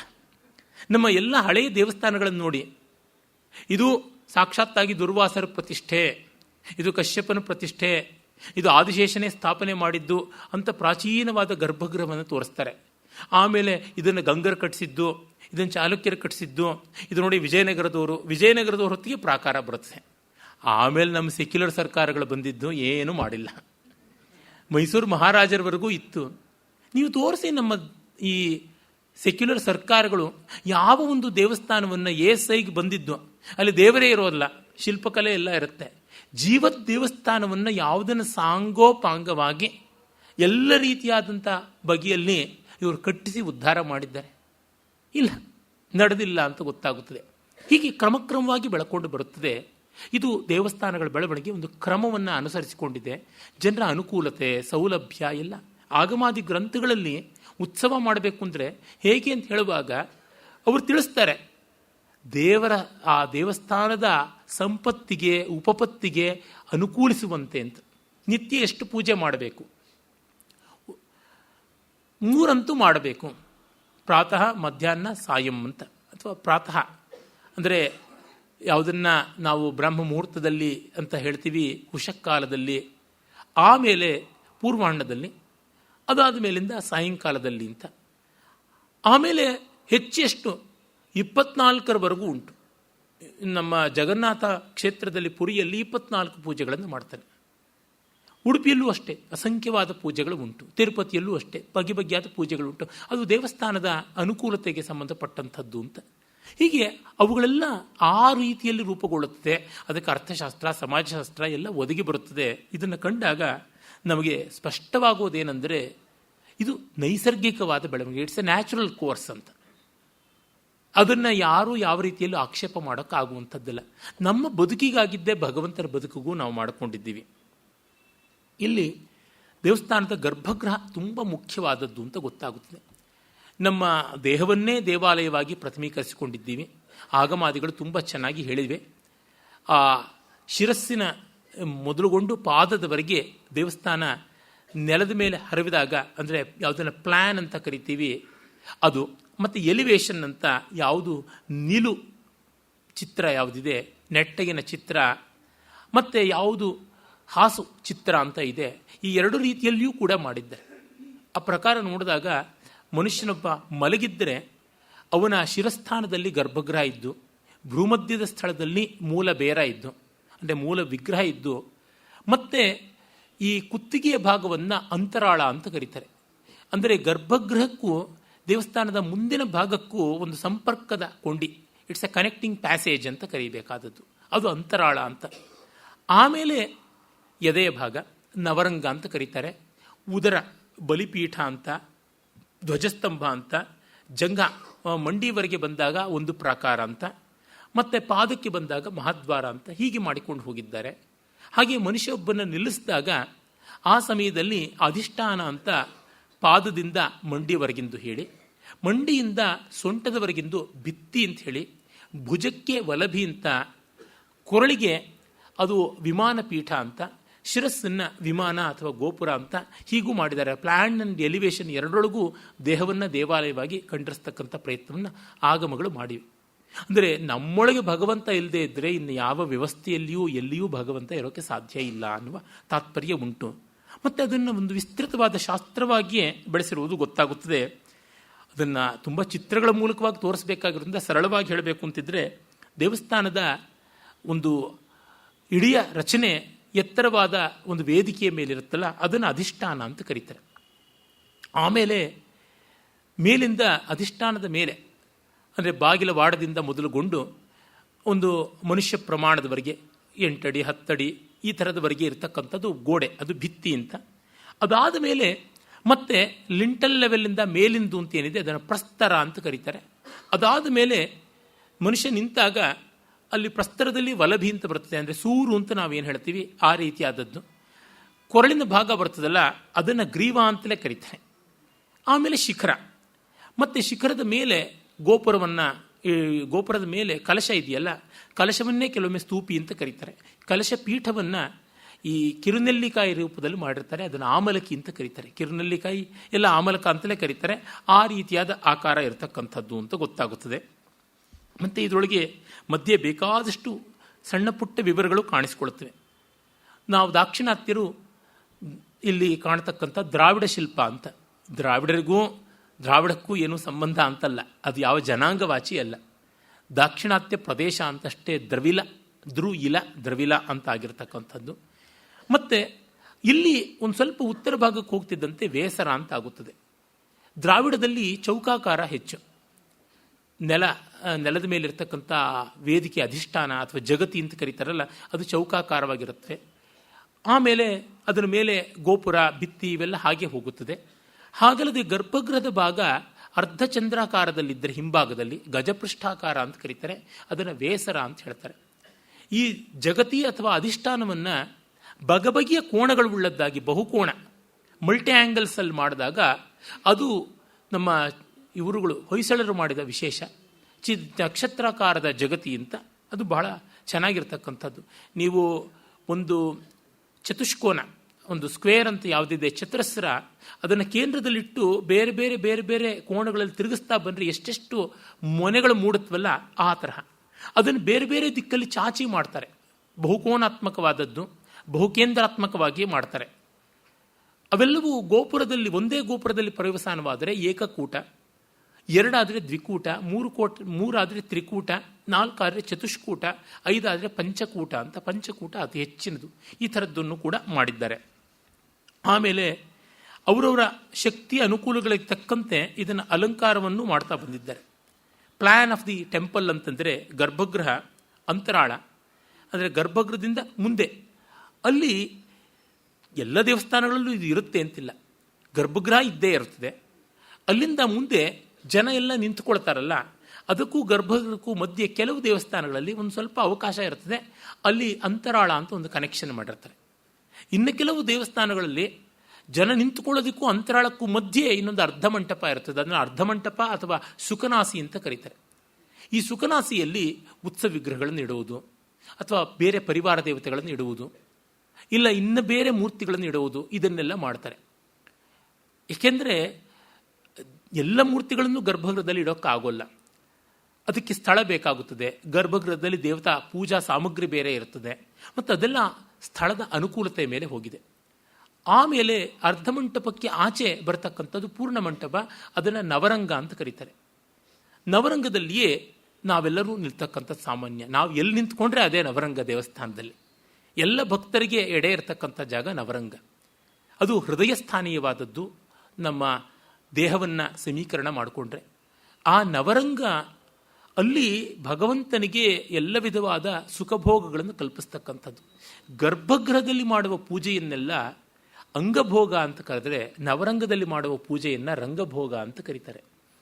ಅಲ್ಲಿ ಗೀತ, ನೃತ್ಯ, ವಾದ್ಯ ಮತ್ತು ಕಾವ್ಯ ಇತ್ಯಾದಿಗಳ ಶ್ರಾವಣ ಮಾಡಿಸ್ತಕ್ಕಂಥದ್ದು, ಪಾರಾಯಣ ಮಾಡುವುದು, ಮತ್ತು ಉತ್ಸವ ಮೂರ್ತಿನ ವಿಜಯ ಮಾಡಿಸಿ ಅಲ್ಲಿ ಅವನ ಕೈನಲ್ಲಿ ಸಭಾ ನಿರ್ವಾಹ ಮಾಡಿಸೋದು. ತಿರುಪತಿಯ ದೇವರಲ್ಲಿ ಒಂದು ವಿಗ್ರಹ ಉಂಟು, ಕೊಲುವು ಶ್ರೀನಿವಾಸುಡು ಅಂತ ಕರೀತಾರೆ. ತೆಲುಗುನಲ್ಲಿ ಕೊಲುವು ಅಂತಂದರೆ ಒಡ್ಡೋಲಗ ಅಂತ. ಕೊಲುವು చేస్తున్నారు, ಕೊಲವೈ ಉನ್ನಾಡು ಅಂತೆಲ್ಲ ಬೇಕಾದಷ್ಟು ಬಂತು. ಕೂಚಿಪುಡಿಯಲ್ಲಂತೂ ಒಂದು ಪ್ರಸಿದ್ಧವಾದ ಹಾಡಿದೆ, ಕೊಲುವೈ ಉನ್ನಾಡೆ ದೇವದೇವುಡು ಅಂತೆಲ್ಲ ಹೇಳಿಬಿಟ್ಟು. ಆ ಕೊಲುವು ಶ್ರೀನಿವಾಸನನ್ನು ಕರ್ಕೊಂಡು ಬಂದು ಆ ಉತ್ಸವ ಮೂರ್ತಿಯನ್ನು ಅಲ್ಲಿಟ್ಟು ಪ್ರತಿ ದಿವಸ ಅಕೌಂಟ್ಸ್ ಒಪ್ಪಿಸಬೇಕು ಅಂತ ಇದೆ. ಹುಂಡಿನಲ್ಲಿ ಬಂದದ್ದು ಎಷ್ಟು ಖರ್ಚಾಗಿದೆ, ಈ ಥರದ್ದು ಆಡಿಟಿಂಗ್ ಮಾಡಿ ದೇವರ ಮುಂದೆ ಅದನ್ನು ಖರ್ಚು ವೆಚ್ಚದ ಒಪ್ಪಿಸಬೇಕು ಲೆಕ್ಕ ಅಂತ. ತುಂಬ ಮಧುರವಾದಂಥ ಭಾವ, ದಿವ್ಯವಾದಂಥ ಭಾವ ಅದು. ಹೀಗೆ ಅದು ನವರಂಗದ ಚಟುವಟಿಕೆ ಆಗುತ್ತದೆ. ನವರಂಗದಲ್ಲಿ ಅದರ ವಿಸ್ತಾರದ ಮೇಲೆ ಅದರ ಆಚೆಗೂ ಕೂಡ ಮೊಗಸಾಲೆ ವಿಸ್ತರಿಸಿಕೊಳ್ಳುತ್ತೆ. ಮುಖಶಾಲ, ಅದು ಮೊಗಸಾಲೆ ಅಂತ ಕನ್ನಡದಲ್ಲಾಗಿದೆ. ಅದು ಅಂಕಣ ಅಂತ ಕರೀತಾರೆ. ಅಂಕಣ ಅಂತಂದರೆ 10x10 ಅಡಿ, 10x10, ಒಂದು ಸ್ಕ್ವೇರ್ ಅಂತ ಕರೀತಾರೆ. ಈಗ ಆ ಒಂದು 10x10 ಅಂತ ಯಾವುದಿದೆ ಅದಕ್ಕೆ ಸರಿಯಾಗಿ ಹಿಂದೆ ಎಲ್ಲ ಈ RCC ಕಾಂಕ್ರೀಟ್ ಆಗಲಿ, ಕಾಲಮ್ಸು, ಪಿಲ್ಲರ್ಸು ಈ ಥರದ್ದು ಇಲ್ಲದೆ ಇದ್ದಿದ್ದರಿಂದ ಕಂಬಗಳನ್ನು ಒಂದೊಂದು ಅಂಕಣಕ್ಕೆ ಕಂಬಗಳು, ಅದಕ್ಕೆ ಸರಿಯಾಗಿ ದೂಲಗಳನ್ನೆಲ್ಲ ಮಾಡಬೇಕಾಗಿತ್ತು. ಅದರ ಮೇಲೆ ಒಂದು ಸ್ವಲ್ಪ ಒಳಗೆ ಹಳ್ಳಕ್ಕೆ ಹೋಗ್ತಕ್ಕಂಥ ರೀತಿ, ಅಂದರೆ ಕೆಳಗಿಂದ ನೋಡಿದ್ರೆ ಒಂದು ಬೋರ್ಲ್ ಹಾಕದಂತೆ ಗುಮ್ಮಟ ಕಾಣಿಸ್ತಾ ಇತ್ತು. ಅದನ್ನು ಭುವನೇಶ್ವರಿ ಅಂತ ಕರೀತಾರೆ. ಎಷ್ಟು ಅಂಕಣ ಇದ್ದರೆ ಅಷ್ಟು ಭುವನೇಶ್ವರಿ. ನಮ್ಮ ಹೊಯ್ಸಳರಲ್ಲಿ ಆ ಭುವನೇಶ್ವರಿಗಳನ್ನು ಅಷ್ಟು ಕಲಾತ್ಮಕವಾಗಿ ಕೆತ್ತಿದ್ದಾರೆ, ಅದೆಲ್ಲ ಉಂಟು. ಅದಾದ ಮೇಲೆ ಬಾಗಿಲುಗಳಿರುತ್ತವೆ. ಈ ನವರಂಗಕ್ಕೆ 2 ಕಡೆಯಿಂದ ಇರ್ಬೋದು, 3 ಕಡೆಯಿಂದ ಇರ್ಬೋದು, ಅಥವಾ ಒಂದೇ ಕಡೆಯಿಂದ ಬಾಗಿಲಿರ್ಬೋದು. ಮತ್ತು ಈ ಪ್ರದಕ್ಷಿಣ ಪಥ ಅಂತಲೂ ಇರ್ಬೋದು. ಗರ್ಭಗೃಹಕ್ಕೆ ಅಂಟಿಕೊಂಡಂತೆ ಒಂದು ಪ್ರದಕ್ಷಿಣ ಪಥ ಇರ್ತದೆ. ಅದಾದ ಮೇಲೆ ಒಂದು ದೊಡ್ಡ ಪ್ರಾಕಾರ, ಅದಾದ ಮೇಲೆ ಇನ್ನೂ ಪ್ರಾಕಾರಗಳು, ಹೀಗೆ ಉಂಟು. ನಮ್ಮಲ್ಲಿ ದೇವಸ್ಥಾನಗಳು ಸಪ್ತಪ್ರಾಕಾರಾತ್ಮಕ, ಪಂಚಪ್ರಾಕಾರಾತ್ಮಕ, ತ್ರಿಪ್ರಕಾರಾತ್ಮಕ, ಏಕಪ್ರಾಕಾರಾತ್ಮಕ ಅಂತ ಹೀಗೆ ಉಂಟು. ಪ್ರಾಚೀನ ದೇವಸ್ಥಾನಗಳಲ್ಲಿ ಪ್ರಾಕಾರ ಇರಲಿಲ್ಲ, ಜಾಸ್ತಿ ರಕ್ಷಣೆ ಬೇಕಾಗಿರಲಿಲ್ಲ, ಎಲ್ಲವೂ ಸುರಕ್ಷಿತವಾಗಿತ್ತು. ಆಮೇಲೆ ಪರಕೀರ ದಾಳಿ ಎಲ್ಲ ಆಗ್ತಾ ಇದ್ದಂತೆ ಪ್ರಾಕಾರಗಳು ಹೆಚ್ಚಾಯಿತು. ಅದೇ ತರಹ ದೇವಸ್ಥಾನದ ಚಟುವಟಿಕೆಗಳು ಹೆಚ್ಚಾಗ್ತಾ ಇದ್ದಂತೆ ಬರುತ್ತದೆ. ಶ್ರೀರಂಗದಂಥ ದೇವಸ್ಥಾನವನ್ನು ನೋಡಿದಾಗ ಅಸಾಮಾನ್ಯವಾಗಿರುವಂಥದ್ದು ಅದರ ಪ್ರಾಕಾರ ಕ್ರಮ. ಸಪ್ತ ಪ್ರಾಕಾರಾತ್ಮಕವಾದದ್ದು ಇಡೀ ಊರೇ ಉಂಟು. ಸುಮಾರು 50,000ಕ್ಕೂ ಹೆಚ್ಚು ಜನಸಂಖ್ಯೆ ಆ ಪ್ರಾಕಾರಗಳೊಳಗೆ ಸೇರಿಕೊಂಡಿದೆ ಅಂತ ಗೊತ್ತಾಗುತ್ತದೆ. ತಿರುಪತಿ ತ್ರಿಪ್ರಕಾರಾತ್ಮಕವಾದದ್ದು, ಹೀಗೆಲ್ಲ ಉಂಟು. ಮತ್ತು ಒಂದೊಂದು ಪ್ರಾಕಾರಕ್ಕೂ ಗೋಪುರ ದ್ವಾರಗಳಿರ್ತವೆ, ಮಹಾದ್ವಾರಗಳು, ಅಲ್ಲಿಂದ ಹೋಗಿ ಬರ್ತಕ್ಕಂಥದ್ದು. ಅದಲ್ಲದೆ ಒಂದು ದೇವರು ಅಂತಂದರೆ ಬರೀ ಮೂಲ ದೇವರು ಮಾತ್ರವಲ್ಲದೆ ಆತನ ದೇವರಾಗಿದ್ದರೆ ದೇವಿ ಅಂತ, ಶಿವ ಅಂತಂದರೆ ಪಾರ್ವತಿಯದು, ವಿಷ್ಣು ಅಂತಂದರೆ ಲಕ್ಷ್ಮಿಯದು, ಮತ್ತಿತರ ಪರಿವಾರ ದೇವತೆಗಳದು. ಶಿವನದು ಅಂತಂದರೆ ಗಣಪತಿ ಇರ್ತಾನೆ, ಷಣ್ಮುಖ ಇರ್ತಾನೆ, ದಕ್ಷಿಣ ದಿಕ್ಕಿನಲ್ಲಿ ಅವತನೇ ದಕ್ಷಿಣಾಮೂರ್ತಿಯಾಗಿರ್ತಾನೆ. ಇಲ್ಲದೆ ಇದ್ದರೆ ವರದಿ ಒಪ್ಪಿಸೋದಕ್ಕೆ ನಾವು ದೇವರ ದರ್ಶನ ಮಾಡಿದಂತೆ ಚಂಡಿಕೇಶ್ವರ ಇರ್ತಾನೆ, ಕಾಲಭೈರವ ಇರ್ತಾನೆ. ಹೀಗೆ ಬೇರೆ ಬೇರೆ ಸನ್ನಿಧಿಗಳು ಇರುತ್ತವೆ. ತಮಿಳುನಾಡಿನಲ್ಲಿ 63 ಪುರಾತನರು, ನಾಯನ್ಮಾರಗಳು ಅಂತೆಲ್ಲ ಅವರ ವಿಗ್ರಹಗಳಿರುತ್ತವೆ. ಇನ್ನು ವಿಷ್ಣು ಕ್ಷೇತ್ರವಾದರೆ ಶ್ರೀದೇವಿ ಭೂದೇವಿಯ ಉತ್ಸವ ಮೂರ್ತಿಗಳಲ್ಲದೆ ತಾಯಾರ್ ದೇವಿಯ ದೇವಸ್ಥಾನ ಇರುತ್ತದೆ. ಮಕ್ಕಳಿಗೆ ಮಾತ್ರ ಯಾವುದೂ ಇರೋಲ್ಲ. ಅನ್ನು ವಿಷ್ಣುವಿನ ಬೇರೆ ಅವತಾರಗಳು, ರಾಮ ಇರ್ಬೋದು, ಕೃಷ್ಣ ಇರ್ಬೋದು, ವರಾಹ ಇರ್ಬೋದು, ನರಸಿಂಹ, ಈ ರೀತಿಯಾದ ಸನ್ನಿಧಿಗಳಿರ್ತವೆ. ಮತ್ತು ಶ್ರೀವೈಷ್ಣವ ದೇವಸ್ಥಾನಗಳಾಗಿದ್ದರೆ 12 ಜನ ಆಳ್ವಾರಗಳದು. ಅದರೊಳಗೆ ವಿಶೇಷವಾಗಿ ನಾಚಿಯಾರ್ ಅಂತ ಹೆಸರಾದ ಗೋದಾದೇವಿ ಆಂಡಾಳ್, ಆಕೆಯ ಸನ್ನಿಧಿ ಇರುತ್ತದೆ. ಮತ್ತು ವರವರ ಮುನಿಗಳು, ಆಮೇಲೆ ಭಗವದ್ ರಾಮಾನುಜರು, ಭಾಷ್ಯಕಾರರು ಅಂತಾರಲ್ಲ, ಇವರ ಸನ್ನಿಧಿ, ಹೀಗೆಲ್ಲ ಬೇರೆ ಬೇರೆ ಬೇರೆ ಬೇರೆ ಸನ್ನಿಧಿಗಳು ಇರ್ತವೆ. ಅದಕ್ಕೆಲ್ಲ ಸಣ್ಣ ಪುಟ್ಟ ದೇವಸ್ಥಾನಗಳು, ಅದಕ್ಕೆ ಪೂಜಾಕ್ರಮಗಳು, ಹೀಗೆ ಬೆಳಕೊಂಡು ದೇವಸ್ಥಾನ ಒಂದು ದೊಡ್ಡ ಸಂಕೀರ್ಣ, ಎ ವೆರಿ ಬಿಗ್ ಕಾಂಪ್ಲೆಕ್ಸ್ ಆಗುವಂಥದ್ದುಂಟು. ಹಾಗಲ್ಲದೆ ಬೇರೆ ಬೇರೆ ಹೆಸರಿನ ಶಿವಲಿಂಗಗಳಿರ್ತವೆ. ಯಾವುದೋ ಒಂದು ಮಲ್ಲಿಕಾರ್ಜುನ ಅಂತಿದ್ದರೆ ವಿಶ್ವೇಶ್ವರ ಅಂತ ಒಂದು, ಸೋಮನಾಥ ಅಂತ ಒಂದು, ಮತ್ತೊಂದು, ಹೀಗೆ ಅಷ್ಟೂ ಜ್ಯೋತಿರ್ಲಿಂಗಗಳ ಸಾಂಕೇತಿಕವಾದ ಪ್ರತಿನಿಧಿಗಳನ್ನು ಅಲ್ಲಿಡುವುದುಂಟು. ಅಂದರೆ ಯಾವುದು ಮಿಸ್ ಆಗದೆ ಇರಲಿ ಅಂತ. ನಮ್ಮಲ್ಲಿ ಕೆಲವೊಮ್ಮೆ ತುಂಬ ಎಚ್ಚರ ವಹಿಸಿ ಅತಿ ಕಾಳಜಿಯಿಂದ ಮಾಡುವುದು ಜನರಿಗೆ ಸುಸ್ತಾಗ್ಬಿಡುತ್ತೆ. ನಮ್ಮ ಸಂಧ್ಯಾವಂದನೆಯೇ ಅದಕ್ಕೆ ಒಳ್ಳೆಯ ನಿದರ್ಶನ. ಸರಳವಾಗಿ ಸೂತ್ರಕ್ರಮ ಸಂಧ್ಯಾವಂದನೆ 2.5-3 ಪುಟದಲ್ಲಿ ಮುಗಿದೋಗುತ್ತೆ. ಆದರೆ ಪಂಚಾಕ್ಷರಿನ ಸೇರಿಸು, ಅಷ್ಟಾಕ್ಷರಿನ ಸೇರಿಸು, ಕಡೆ ಕಷ್ಟಾಕ್ಷರಿ ಆಗಿಬಿಡುತ್ತೆ ಸಂಧ್ಯಾವಂದನೆ. ಇದು ಒಂದರ ನೆವದಲ್ಲಿ ಎಲ್ಲ ಮಾಡಲಿ ಅಂತ ಎಲ್ಲ ಸೇರಿಸ್ಬಿಡ್ತಾರೆ. ಇದು ಒಂದು ಮಾಡಿದ್ರೆ ಸಾಕು ಅಂತ. ಇದು ಒಂದು ಮಾಡೋದಕ್ಕೆ ಹೇಗಾಗುತ್ತೆ, ಪಡಂಭೂತವಾಗಿ ನಿಂತಿದೆಯಲ್ಲ ಅಂತ ಆಗಿಬಿಡುತ್ತದೆ. ಆಮೇಲೆ ತಮಿಳುನಾಡಿನ ಪ್ರಸಿದ್ಧವಾದ ಕ್ಷೇತ್ರ ಮಧುರೈ ದೇವಸ್ಥಾನವನ್ನು ನೋಡಿದ್ರೆ ಗೊತ್ತಾಗುತ್ತದೆ. ಬೇರೆ ಬೇರೆ ಬೀದಿಗಳಿರುತ್ತವೆ. ರಥವೀಥಿ ಅಂತ ಏನಿದೆ ಉಡುಪಿಯಲ್ಲೇ ನೋಡಿ, ಕೃಷ್ಣ ದೇವಸ್ಥಾನದ ಪರಿಸರದಲ್ಲಿ ಮಧ್ಯದಲ್ಲಿರ್ತಕ್ಕಂಥದ್ದು ಉಡುಪಿಯ ಚಂದ್ರಮೌಳೀಶ್ವರನೇ ಕೇಂದ್ರ. ಆ ದೇವಸ್ಥಾನದ ಸುತ್ತಲಿನಲ್ಲೇನೆ ರಥಪಥ ಇರತಕ್ಕಂಥದ್ದು. ಒಂದು ಪಕ್ಕದಲ್ಲಿ ಉಡುಪಿಯ ಕೃಷ್ಣ ಮಠ, ಮಿಕ್ಕಂತೆ ಅಷ್ಟಮಠಗಳು, ಹೀಗೆಲ್ಲ ಉಂಟು. ಎಲ್ಲ ಹಳೆಯ ಊರುಗಳಲ್ಲೂ ಕೂಡ ಆ ರಥವೀತಿ ಅಂತ ಇರ್ತದೆ. ಕೇಂದ್ರದಲ್ಲಿ ದೇವಸ್ಥಾನ ಇದ್ದರೆ, ಇಡೀ ಗ್ರಾಮವೇ ಆಲಯಾಶ್ರಿತವಾಗಿದ್ದರೆ 4 ಕಡೆಗಳಲ್ಲಿ ರಥವೀತಿ ಇರುತ್ತದೆ. ಆದರೆ ತಮಿಳುನಾಡಿನ ಆ ಒಂದು ಮಧುರೈಯಲ್ಲಿ ಬೇರೆ ಬೇರೆ ತಿಂಗಳ ಹೆಸರಿನ ಬೀದಿಗಳಿವೆ. ಚಿತ್ರೈ ವೀತಿ, ಮಾರ್ಕಳಿ ವೀದಿ, ಪಂಗುನಿ ವೀದಿ, ತೈ ವೀತಿ ಅಂತೆಲ್ಲ ಬೇರೆ ಬೇರೆ ವೀದಿಗಳಿದೆ. ಆಯಾ ಮಾಸದಲ್ಲಿ ಆಯಾ ರಸ್ತೆಯಲ್ಲೇನೆ ಉತ್ಸವ ಹೋಗುತ್ತದೆ.